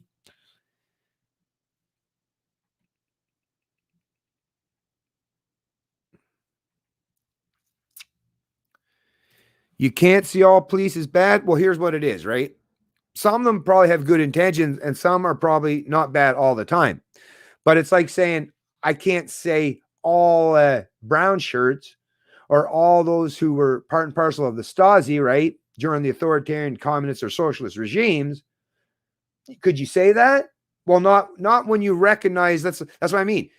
When they're called peace officers or even police officers and the laws on the book are restricted or contained to just, protecting people's property or resolving conflicts in some way like the court system or, preventing or trying to deter crimes because they don't really prevent crimes, right? But under those scenarios, like, decades ago, there were good police because obviously the rules were set up that a good person would want to go in to be a police officer. But now that they're called law enforcement, they're basically trained in an almost militaristic style of tactics, armed from head to teeth. A lot of them now have like a multitude of offensive weapons and are basically taught to perceive the public as their enemy in some way. And look at the myriad of laws that are on the book that turn basically what would be considered things that are victimless, which means it shouldn't be a crime, they turn them into automatic crimes. So if you're a police officer today, I know people like to say, well, not all police are bad. Okay, well then the good police, if you're a good cop, then you would have quit already. Because if you're a cop and you recognize and realize that you're now part and parcel of a criminal organization that is using their ability to bully and intimidate and use violence or force or threat thereof towards the citizenry of any country, if you recognize that and you still choose to be a police officer, well, sorry, you're part of a criminal organization. And it's going to be really, really difficult at that point in time to say, well, hey, I just didn't know. Oh, but I was the good guy. Nope, sorry, because if you're the good guy, first of all, that means you're not going to follow through in the orders or the political edicts, which means that you're not going to be able to stay a cop, right? Because if you don't follow through the orders and the edicts handed down to you by your superiors or these political masters that are the superiors to your superiors, if you don't do your job, if you don't follow those orders, well, they'll find a way to get rid of you, or you'll be given desk duties. And then once again, we don't really have to worry about you anyways, because you're not anywhere out in the public that's going to be deemed a threat to the general public. So I get people that love to play this saying, not all cops, but that's like, say, at some point in time you can say that, but not today. Sorry, but not in 2020 with the amount of fucking authoritarian laws and political edicts on the book that turn millions of Canadians already, or tens of thousands or hundreds of thousands, people like myself that have been fucking criminalized for basically nothing and because of just, like I say, political edicts. No, when you recognize that this is the world you live in, that's the time where you got to stop fucking defending cops, right? You can't do that. Like I say, you can't make an excuse for the Stasi. Like, even if they didn't open the door to put you in the prison, right? Or sorry, I meant to say, even if they're all they ever did was, hey, all I did was hold open the door while a few of the bad cops brought these Canadian citizens in to be quarantined or locked up or punished or penalized or fined or imprisoned or jail for not following through in the political mandates or edicts, or not handing in your rifle, or still keeping your rifle that you're not allowed to have. That's the thing. Unless you're the cop that's going to say, oh, okay, I won't do it, which means you'll get fired, right? Now, when I start to see that there are a lot of Canadian, whether it's the RCMP or even provincial police or local police forces, if I start seeing news reports where they're all being fired or they're quitting because they won't follow through on these orders or edicts, then I'll say, now that's a good cop. But then they're not a cop anymore, right? So, like I say, I don't know how people and it's usually people on the right side of the political spectrum. Usually people, that's where the biggest conflict I have with people on the right side of the political spectrum is always this goddamn law and order. Like, oh, got to support the cops, got to support the militaries. I'm like, meanwhile, these are the very people that always end up being the ones that oppress the citizenry under any authoritarian regime. So, like I say, right-wingers are just as fucked up as their left-winger counterparts when they start going in this, oh, we got to love the cop. Or I'm not saying that you're saying that. Sorry, freedom free for all. But you don't have to say it or see all please is bad, but I do. Because like I say, if you work for a criminal organization that imposes harm and causes, destruction, whether it's social or economic, to people that haven't done anything wrong themselves based on political edicts, then you're a bad person. And I like to say, it doesn't matter if you're a bad person all day, every day, but you are most of the time. Because most of the time, even the cops, even before a lot of these authoritarian measures took place, a lot of the cops aren't actually dealing with actual criminals. They're just finding those things to revenue generation for the state, right? So when they're doing that shit, like I say, just because some people can, like, when they get pulled over, like, be nice to the cop and maybe kiss his ass or her ass. Now it's predominantly you're getting a lot of where you're kissing her ass, right? I mean, and lick their boots more or less, or compliment them, or yes, sir, no, sir. I mean, if you do all that stuff and you're like, oh yeah, but the cops treat me great. Yeah, that's why, because you're fucking licking their boots, right? Even Hitler's going to treat people that kiss if you kiss the ring, Hitler would probably be pretty good to you too, right? Does that make Hitler a good fucking person? No, right?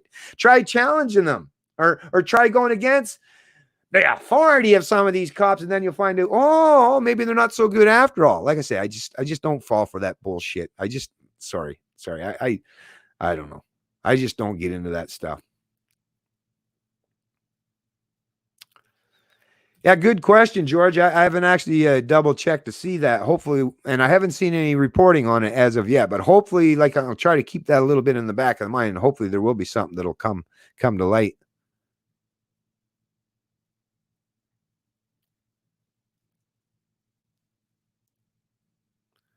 Yeah, exactly, Ken. Yeah, those good souls that were killed in Nova Scotia died because they could not defend themselves from the bad guy. Government fucked up in a multitude of ways, right? Especially under that one. I mean, how many examples does this have to happen? That's why when people they defend governments, like, really though, do you not pay attention to anything? What the fuck does government do that they're actually competent at, other than being petty thugs or tyrants? Like, really though, that's about the only thing they seem to be competent at. What's going on? You batless?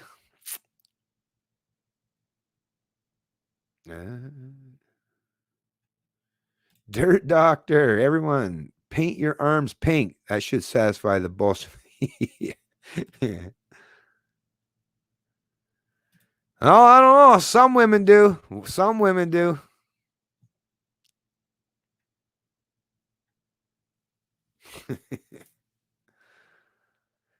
Hey, what's going on, Rika? ACAB. Hey, how the ACAB? Damn it.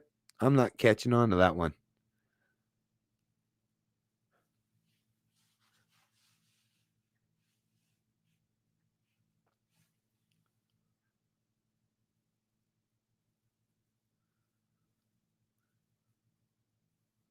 Yeah, the black market. Yeah. Yeah. I would imagine that's probably going to be the case, Free Will.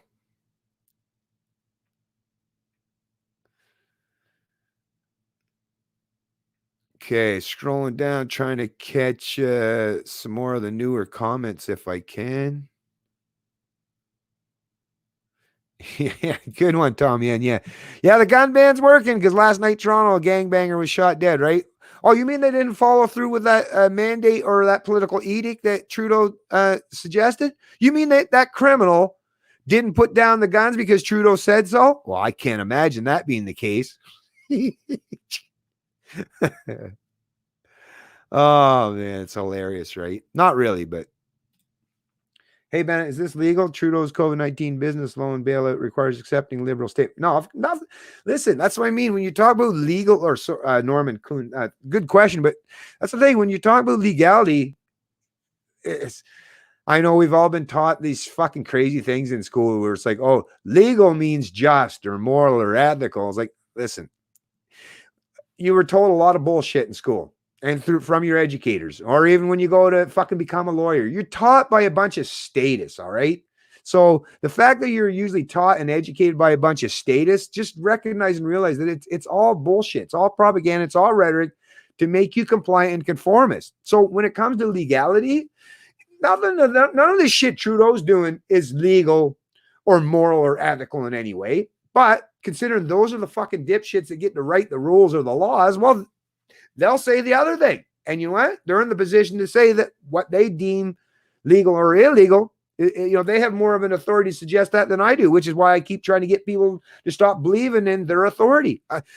Canadians will fall for whatever bullshit Trudeau does because they believe in his authority, which is why I say, how do we get true freedom? It's all up here, folks. Freedom is a state of mind. You need Canadians to stop believing in that mysticism of Trudeau being their authority or their ruler. If Canadians would stop believing this goddamn bullshit, and it shouldn't be really that difficult because it's all based on abstract impossibilities and fucking conflicting fucking messages, which is why people get that cognitive dissonance when you start talking about the government with them. They're like, because that's what's happening. Yeah, because you obviously have no fucking clue about it. Most Canadians have no clue what government is, what it represents, what the term even means, right?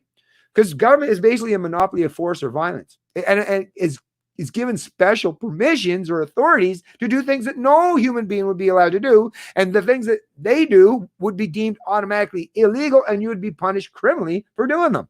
But because they're the ones that get to write the rules, what the hell does legality mean to people that get to interpret what that means? It's whatever the hell they say it is, right? Sorry, a little bit of a long answer to that question, but and a little bit brutally honest there, Norman, and I apologize for that. But like I say, to me, it's so important to be honest about this shit rather than try to, I don't know, construct a nice little narrative around it. I'm just going to be forthright and honest with you. And I hope you don't mind that because that's kind of my thing.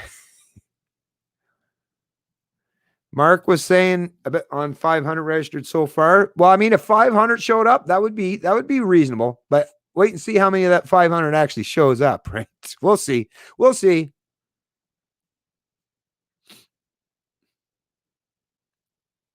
Right on. Jake's got room for 3 or 4 people. Jake will help you out get to take advantage of this stuff, folks. Best Canadian rant ever. Well, thanks, Sparky. But actually, you should see me on my good days. Today, I've been streaming like crazy. And actually, I probably do got to take a day or 2 off because I've been just too much, folks. Just too much, even for me. Holy crap, how many hours I feel like I'm almost attached to this mic now. No, but I might have to give myself a little downtime because I'm even kind of losing my. I actually can go on an even better rant than that, to be honest with you. But my energy levels, like I say, it's beating me down a little bit. This kind of craziness and trying to stay on top of it all. Like it's the thing, trying to do it as one person without really much help. It's fucking hard. But thanks, Sparky. I really appreciate that. Yeah, not all, but yes, Canadians. I'm with you there, Gigi. I've laughed my entire life. I cheered for the Leafs. Right on. Hey, listen, I was a fan of the Leafs too, because especially when my parents moved me from New Brunswick up to Scarborough, the east end of Toronto, when I was like almost 12 years old, I think it was at the time. But yeah, in Canada, well, it was the Nordiques, the Canadians, or the Leafs, and for English speaking Canadians in particular, the Leafs was basically all you had, like because the rest of the team sports or the NHL teams were mostly on the West Coast. So, the Vancouver Canucks and the Winnipeg Jets and the Calgary Flames, the Edmonton Oilers, though. So on the East Coast, we never did have it. So it was basically, do we pick the Quebec teams, the French teams, or if you're an English speaker? Now, if you're a French speaker, of course, Quebec Nordiques and the Montreal Canadiens, or actually even a lot of English-speaking Canadians kind of like the Montreal Canadiens as well. But, I like the Leafs too. But at some point in time, it's like, yeah, I mean, come on. They're losers. And if you continue to keep supporting losers all the time without trying to hold them to account or make them better themselves in any way, then, well, you're just going to, well, that's what you get. Like the Leafs are a perfect example of how you create, not just a team of losers, but an entire fucking country almost of losers, is by not having proper competition, right? Because that's the beautiful thing about capitalism, free market capitalism, or having any semblance of freedom, or self-esteem, right? Where you're trying to out compete with other people, but on the friendly manner. Like, no, I'm not talking about in violent, but it's that kind of psychology and that kind of competitive mindset puts people where you're trying to, and think about it. If you're competing with people, it's an elevation. You've never heard of any competitive venture where people have gotten worse at it. People get better, like weightlifting, even competition. Back in the day, you could only lift so much weight as a power lifter. Now records keep getting broken. Why? Because competition, like I say, competition raises and elevates. Whereas in Canada, or in the Leafs, like it's let's play politics, or let's deal with the optics, or how is this person's personality? Do they fit right? It's like, no, at the end of the day, you want to pick the best teammates. You want to inspire these people to have a certain amount of pride in not just their organization, but as the individuals themselves or their group, like the hockey team, and to hold them to a high standard. So when they're failing, boo the living crap out of them, right? But what would Canadians do? Well, I've listened to it for so long, for so many Canadians. You still support Leafs? Yep. Oh, yeah. No, they're going to get it this year. No, they're going to get it this year. No, you watch this year. Oh, this year. Oh, this year. This year. Like 50 plus years later, still, like, come on. At some point in time, you got to stop supporting the losers, because if you do, they might very well be incentivized to try to be winners. Like if the Leafs showed up to play a hockey game and there was only 2 or 3 people out there in the bleachers, right? They'd be like, oh, did we do something wrong? Apparently. And then, of course, nobody'd be willing to support them financially.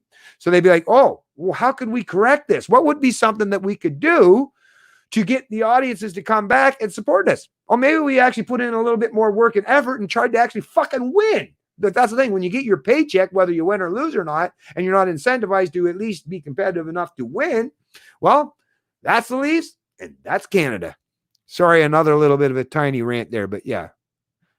And I am Canadian, folks, so I know it's kind of insulting myself, but I'm an individual. Like, I don't see myself as everyone else. That's the thing when people get offended. Don't say anything bad about Canadians. Hey, I'm a Canadian, but I don't identify with every other Canadian that we're all the same. We're not the Borg. We're not NPCs, right? Come on, that's the problem. That's the problem with that kind of nonsense.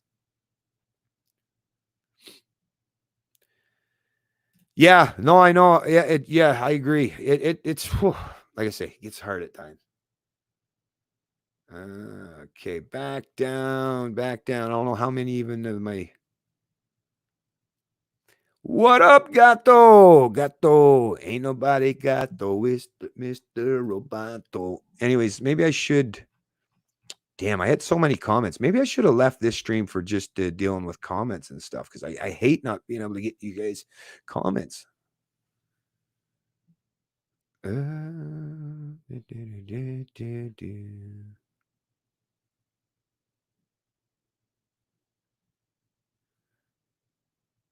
Yeah, yeah. Remember when seconds count? The RCMP is just 12 hours. Exactly, right? Exactly.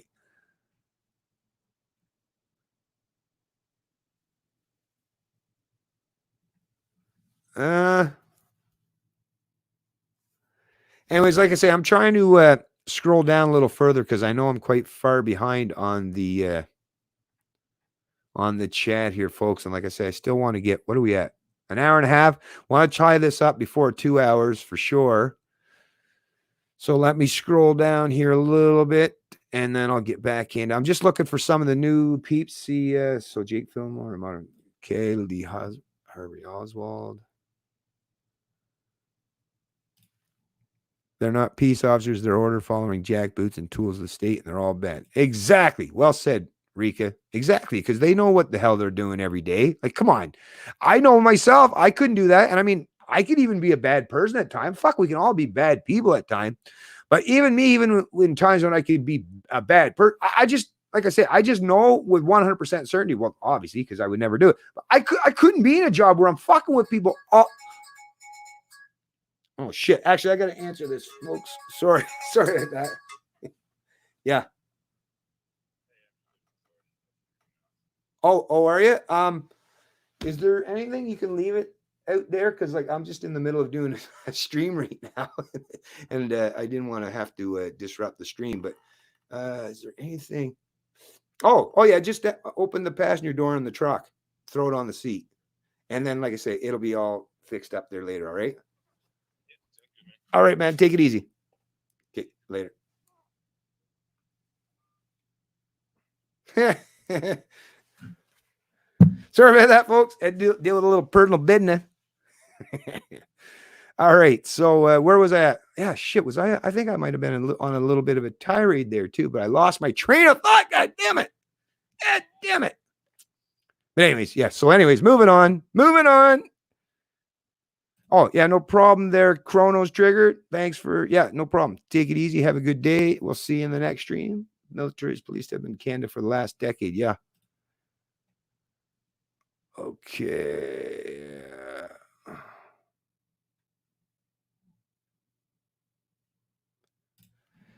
Legality, illegal does not represent exactly, right? Exactly. Yep. Okay. Tim Burns. The Thin Blue Line is a street gang. Yeah. I agree. I mean, think about it. Take their badges and gun off, put them in plain clothes, and send them out doing exactly what they do on a daily basis. Oh, that's kind of where I was going with that. Yeah, I couldn't. That's what I mean. I could not do it, like fucking tormenting the living daylights out of people that are doing things where there's no victim involved at all, right? And they'll do it every fucking day. I mean, it'd be one thing if you had to do it once in a while, right? Once in a while, you'd be like, okay, you know, you go over that, go home, maybe drink a bunch of beer or smoke a fucking doob and put it out of your mind. You're like, okay, whew, okay, I get over that one. You know, maybe repent, maybe Hail Mary, whatever the hell, whatever you got to do to try to get over the fact. But the fact that if you're a cop today, the fact that you are willing to do the kind of shit that the politicians or your higher ups want you to do on a regular basis, basically be a bunch of fucking road pirates or revenue collectors for the state and basically dictate and control everything that people do. I mean, look at the shit they're doing. Just think about some of the shit they're doing right now towards people that aren't following through on these mandated lockdown orders, right? Tormenting men, women, young fucking boys and girls. Like these little petty tyrants, like I say, to know how bad they are, just look at the minute the government tells them go do something, they're doing it. Now, I'm not saying every one of them, and some of them are probably restraining themselves to some degree, but hey, are they railing against it? You know, are they coming out in media organizations saying, I don't agree with this stuff? Because, you know, you're allowed to have freedom of speech. Or is it that they have non-disclosure agreements where they can't even say anything against what their authorities or their masters tell them. Because if they do and you've signed that agreement, then basically you're saying that I'll do whatever. And even if you don't do everything exactly or precisely how they demand you, the fact that you're not willing to speak up or speak out against your other fellow police officers who are doing that, that makes you just as bad. That makes you basically an accomplice, right? So yeah, I agree. Like I say, and I've thought about this plenty of times because I'm not the kind of person that likes to take or stereotype an entire group of anything or anybody and say and paint them all with the broad brush and say they're bad. But in this particular example, I can say, because I know how authoritarian the state and the political edicts are today. So the fact that you're willing to join that criminal organization that follows through in being the enforcers of those authoritarian edicts or measures, then yes, that makes you a bad person, like it or not.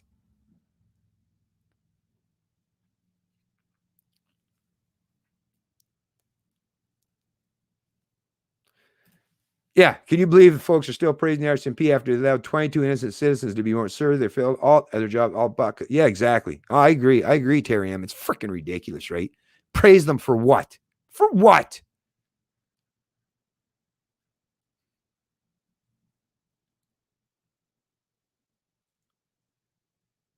Okay, here's another one, a new one. Ava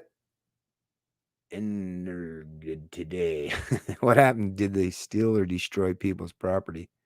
Did they steal or destroy? Oh, hey, what's going on, Jesse Zacco? Hey, Bennett, if this virus proved anything, it's that the Fed government is non-essential. Exactly. Yeah, definitely agree with you there. Anyways, like I said, let me get back to dealing with a couple more of these because I had lots of stuff to cover. I do want to cover this one in particular, folks. Check this out.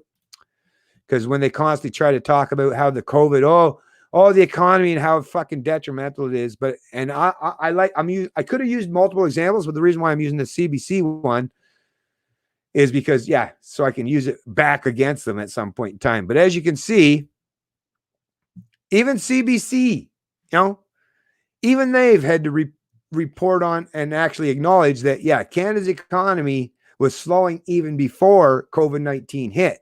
February GDP numbers suggest rail blockades. And listen to this. Rail blockades and Ontario teacher strikes helped wipe out growth. So a bunch of leftists, right?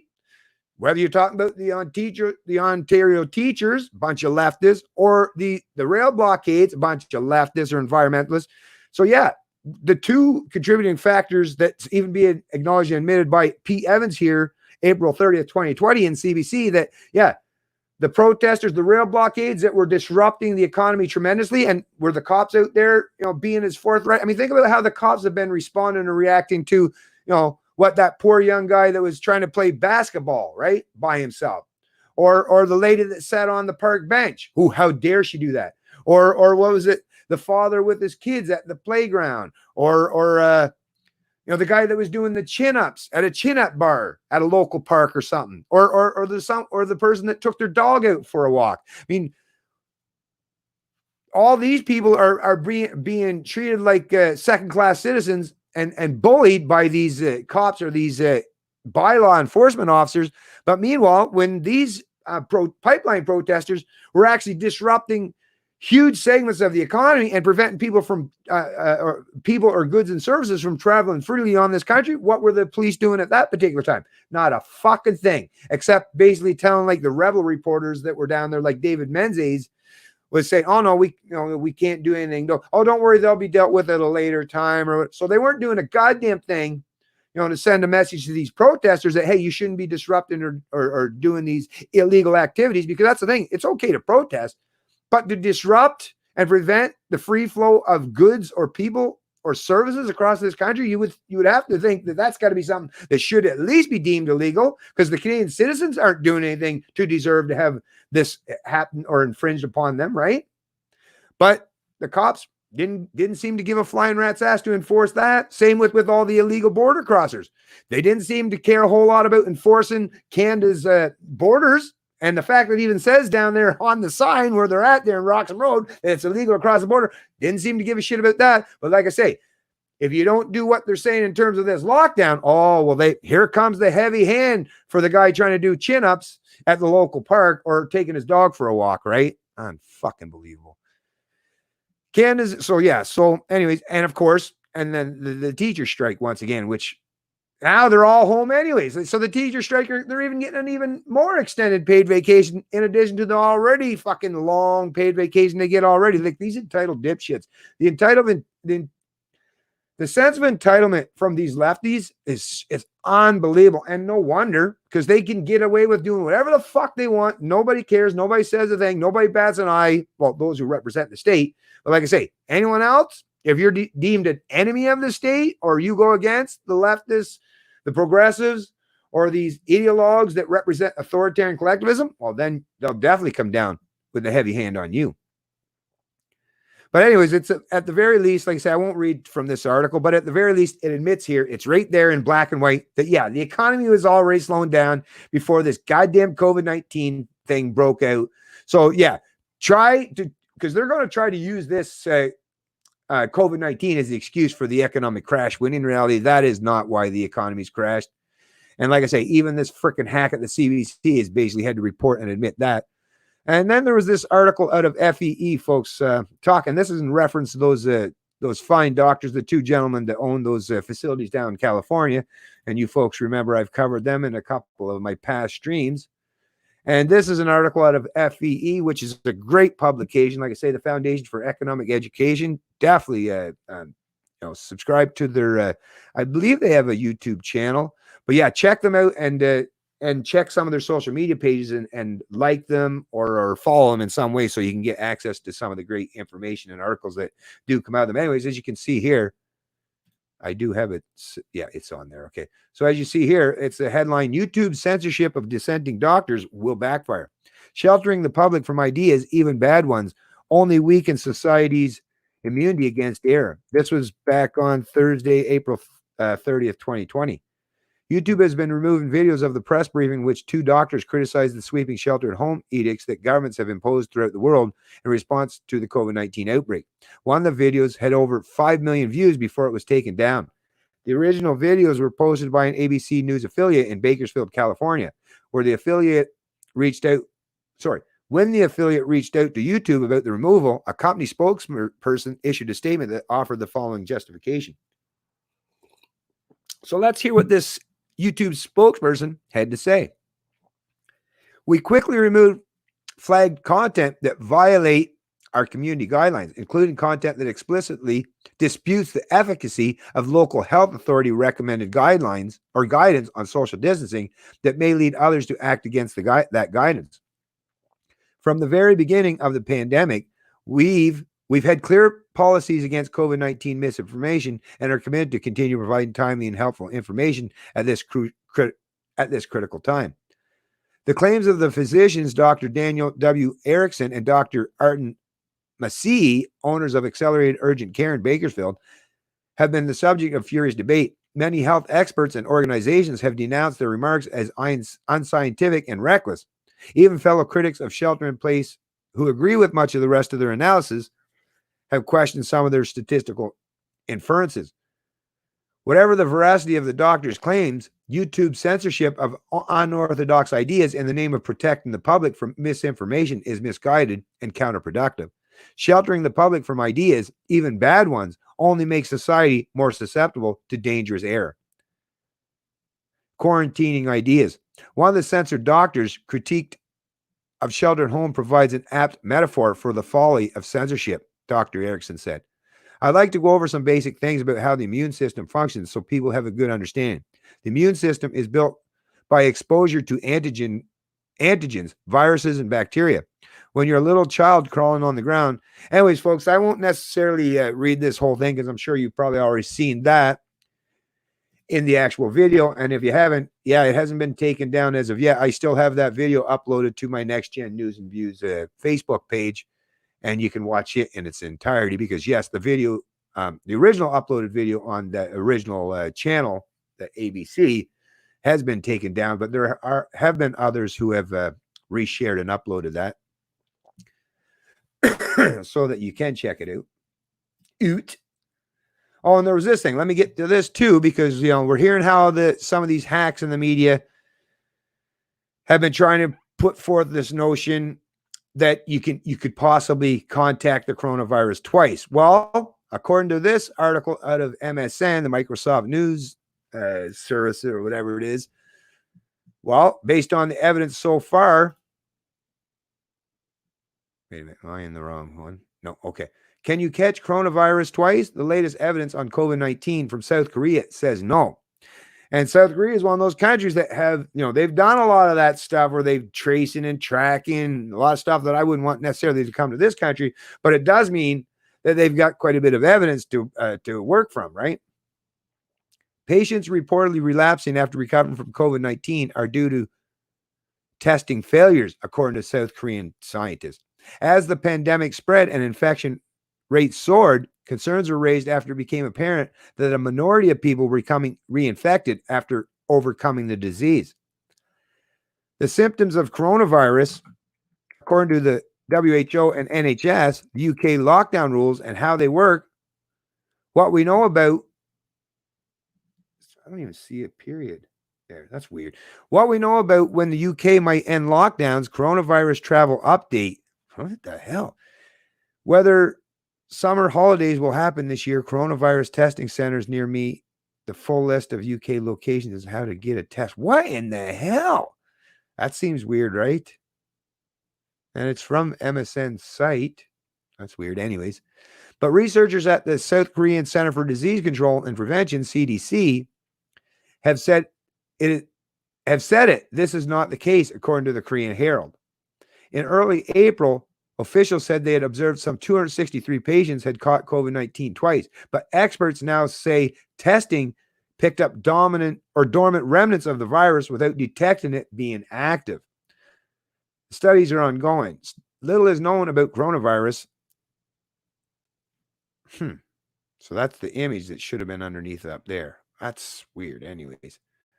The Herald newspaper described traces as dead virus fragments, and Dr. Oh Myung-don, a professor of medicine and the head of Seoul National University Hospital's Division of Infectious Diseases, said that the committee studying the cases found little reason to believe the patients were actually reinfected. The test detected the ribonucleic acid of the dead virus, the doctor and advisor to the Korean government said. There have been around 10,000 confirmed cases of coronavirus in South Korea, with 245 deaths, amounting to a fatality rate of 2.3%, lower than the 3.4% average documented by the World Health Organization. Patients have reportedly fallen ill for a second time in China and Japan too, sparking concerns COVID-19 was mutating quickly and raising the issue of supposed immunity. It also prompted fears that any vaccine developed may not prove as effective as it should.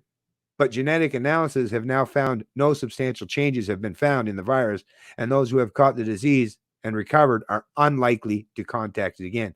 So anyways, folks, so as you can see, based on the evidence so far coming out of South Korea, that, it's been had to do with testing failures or whatever, and it's not that people can contact the disease again. So now is that still susceptible to change at some point in time in the future? Yeah, but at least at this point in time, the evidence suggests that no, that's not the case. Can't get financial help until you prove you're a good little communist. Yeah. Thou shalt be free of wrong thing. Exactly. Well said, green bastard. That's so true. That's so true. Indeed, we got to come and work together to live separate and sustain. Yeah. Yeah, that's the thing. We do have to help each other out, at least when we're being threatened by people that want to oppress us. That is precisely the time that people need to put their petty differences aside and say it's for the betterment of not just me or my kind or my group or the people I align with. No, it's for all of us. Like, everyone wants to be free. If you're a lefty, you don't want to be oppressed by, or if you're a lefty, you don't want to be oppressed by a right winger. If you're a right winger, you don't want to be oppressed by a left winger. If you're a libertarian, you don't want to be oppressed by either. So come on. We all should at least agree oppression is bad. And the way to prevent that is to hold everyone at bay and make sure nobody gains any position of authority or power to oppress either side. But what's been happening, like I say, the only place that's actually been competitive in recent years in Canada is how authoritarian both the left and right can be, because they've been in this race But that's instead of a race upwards, that's that race to the bottom, to the point where it's going to become even more evident just how detrimental things can be. But like I say, once you get to the point where you can't even see the light of day anymore, well, that's really a bad time to start thinking about digging yourself out of that hole, right? Would have been a little bit wiser to do it when you could still see the light of day.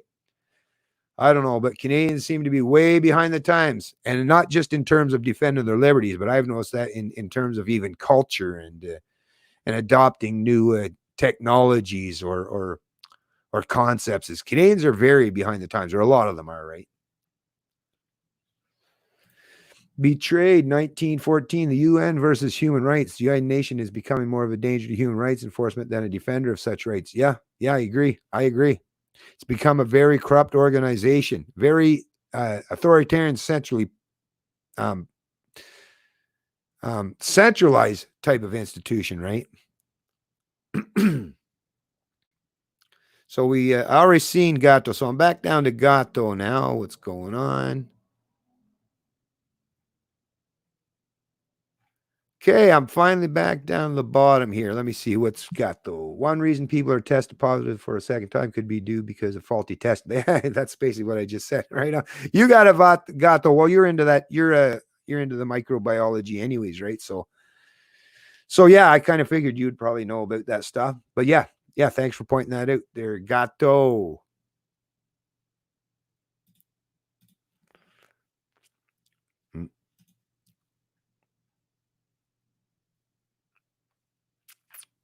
Okay, scrolling back up. July 1st, demonstrate in every city at your permanent building, city hall, or police station. I don't have money to go to Ottawa. Yeah, well, yeah, that's the thing. A lot of people don't have the ability to travel to Ottawa. So yeah, maybe set up your own, organize your own protest. But like I say, if you do so, make sure that you got enough people out there to make it worthwhile, because otherwise you're just going to give these authoritarians a way to target you as the individuals. So you definitely want to make sure if you're going to set up anything like that, that it's going to be worth your while, right? Have you all seen the clip Trudeau pleading allegiance to the Queen's secret agenda, not the Canadian people? Check it. I have not seen that, Brian, work. I'm not sure what that one is. What's going on, Mr. G. Rich? Yes, it's very nice outside here as well. Yeah, it's been a great day. Another great day. It's a great day, lad.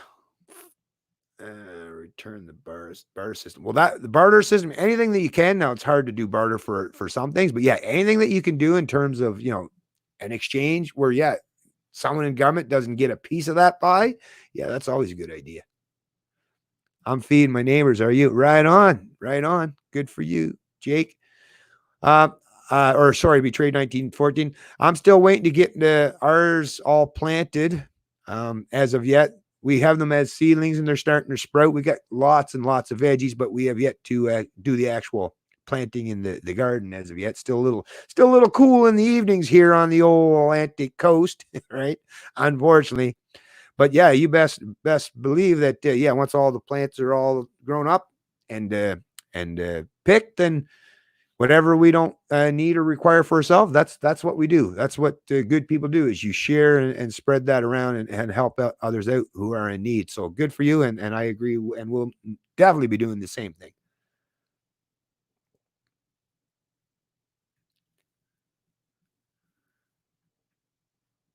Okay. So I'm just going to get back. Yeah, I agree. What we need is to have tens of thousands of people to walk. Exactly. You're right, Gato. And like anyone that's in the stream, like I am not joking. Like, and I would even myself, well, maybe not travel to Ottawa, because that's the other thing too. I'm not in an economic position to be able to travel to Ottawa either. But I mean, yeah, if there were protests, I'd show up to a protest even myself if I knew that, like I say, it was going to be worthwhile and there was lots and lots of people. So yeah, if you get something organized and you do have a tremendous amount of people, then make that happen. Definitely make that happen.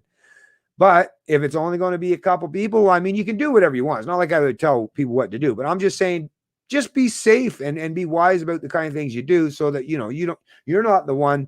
Because like I say, they would love nothing more than people to just come out with these little small groups so they can just pick you off one by one, right? Because one by one, most people aren't going to be. You might have a few people that care about what's happening to you, but the overwhelming majority of Canadians don't really give a shit, right? And that's just reality. Even for me, most people don't give a shit what happens to me. You know, they might question or concern maybe if for a day or so, I was like, yeah, whatever happened to that Bennett guy? But you trust me, they'd move on. They'd be like, whatever. It is what it is, right? So, like I say, the onus is on each and every one of us to make sure we're doing what's right to protect us and those we love. And it's an unfortunate situation that we do live in the times where you actually have to think in this manner. It is. It's sad. It's sad. But anyways, check this out, folks. Let me just show this because, like I say, I'm at an hour and 54 minutes, and I was hoping to tie this up in 2 hours, which means I'm not going to be able to get to the rest of the articles. But at the very least, I did want to show this one. Okay, how does that start out?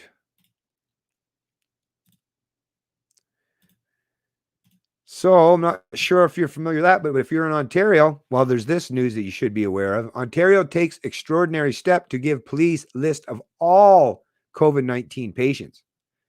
Sean Davidson's who reported on this for CTV News Toronto, April 24th, 2020.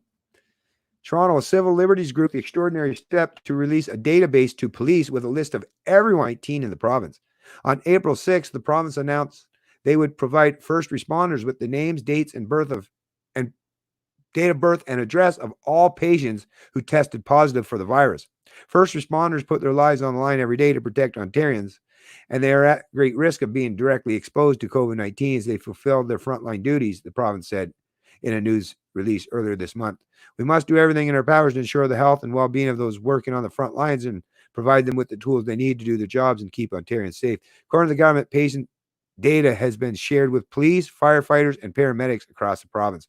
That's the thing. It'd be different if they were saying they were sharing them with the paramedics and firefighters. You might be able to make some kind of excuse, although in reality, yeah, private data, private information is supposed to be private for a reason. And if you haven't given them permission to share that data, they're already infringing on your privacy because, anything, when you go to the doctor, everything, that's all supposed to be private. So this is already infringing on your rights and your inherent inalienable rights and going against your privacy rights.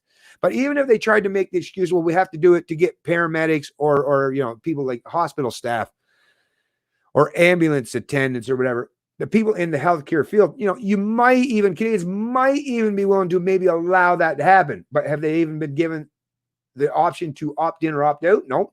But that's the thing. It's not even the health professionals. Now it's the police. Right? So as if they're already having a field day ticking people that they don't even know if they've contacted the virus or if they're carrying the virus or any of that. But once they get a list like this where they know who actually has contacted the virus and can trace and track wherever the hell they're going, well, the kind of fun they're going to have with this kind of information, right? The kind of authoritarianism that they're going to step up towards these people. Well, like I say, we'll find out how it unfolds, but I expect I'll be reading a few more stories, horror stories in regards to the kind of overreach that these hacks will do. Anyways, yeah, since this is basically along the same lines and covering the same issue, let me bring this one into the two before I tie up this stream. Because as they're saying, so they've already been given the list who's got the COVID-19, but then your question might be, but how are they going to track and trace it? Well, don't worry, that's already been figured out as well. So as you can see, this is a headline out of CNET. It's an online, basically a digital computer, a tech site. I've actually followed CNET for a long time, basically back from when I started getting into computers many, many, many years ago. CNET's been around a long time. Anyways, headline out of here is how you'll get Apple and Google's contact tracing update for your phone. So yeah, you might want to pay attention to this, folks. The tech giants say everyone will get access to the framework for tracking tools, regardless of which version of iOS or Android they use. Not everyone's convinced. This is Richard Niev. Shane. Holy Christ, that's one hell of a small. Share? That's weird. Tipkin and Alfred NG. Go? Or whatever. Apple and Google are working together on a major effort to stop the spread of COVID-19 that uses signals from people's phones to warn them if they've been in contact with someone who's tested positive for the disease. So like I say, this will be used to track and trace, not just the people who have the virus, but by natural extension, anyone you've come in close proximity or contact with, which you don't even know. That's the thing. This just gives them a blanket ability to go out and fuck with a whole lot of people, because let's say you walked by the front of a bunch of store windows, right? You're walking down the sidewalk. Even if there's people on the other side of that window, they're all inside a building. But hey, if you're within 6 feet or 2 meters of that building, well, they might think, or the people within that building, well, that app can't see all the, the glass, the windows, and all that stuff. They'll just say, hey, look, based on where the location date is, yeah, this person came in proximity with this person, this person, this person, this person. When in reality, you may very well not have. But think of how many people in the run of a day, right, you may come in contact with, which means now the police can trace, track, and keep track of where each of you are going, whether it's the person with the virus or the person that had potential contact with someone with the virus. It's crazy stuff, folks. Like I say, all of the, just like the stream, what they call the stream again? Yeah.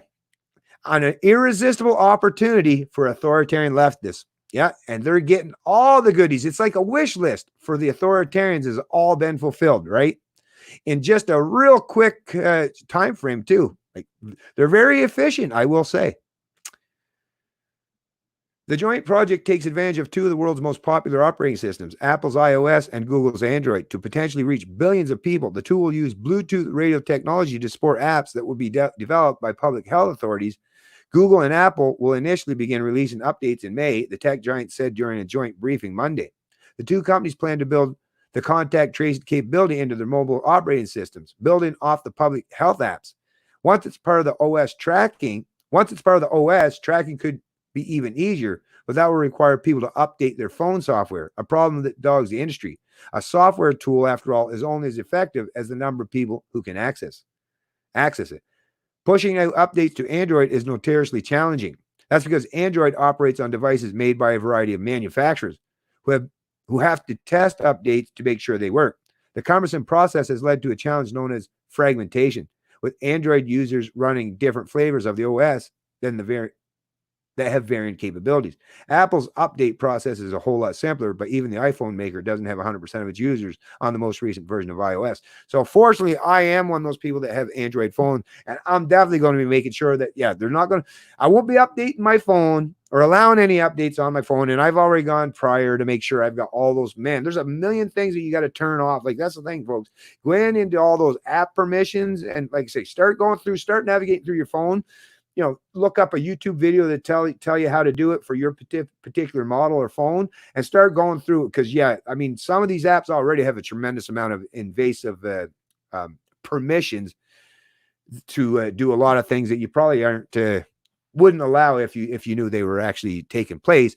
But like I say, in addition to that, go now and turn off as many of the permissions. And if you have the option or ability on your phone to turn off the updates, or to get a push out for your updates, and that you have to accept them and install them yourself, then just don't do it if you're concerned about these contact tracing and tracking apps, because as you're seeing, and as it's being reported, they're being rolled out and unfolded in real time already. So like I say, if you want to protect yourself in any way from the overreach of big government, you got to be a little bit proactive. You got to kind of learn to be a little bit tech savvy. I know it's a little bit harder, especially for us older folks. It's like, come on, but I've already had to learn so much stuff as it is. Can I take a break for once, right? I've only got so much of a memory bank here, but unfortunately, folks, we got to be a multitude of things these days if we want to stay out in front or ahead of these authoritarian leftists.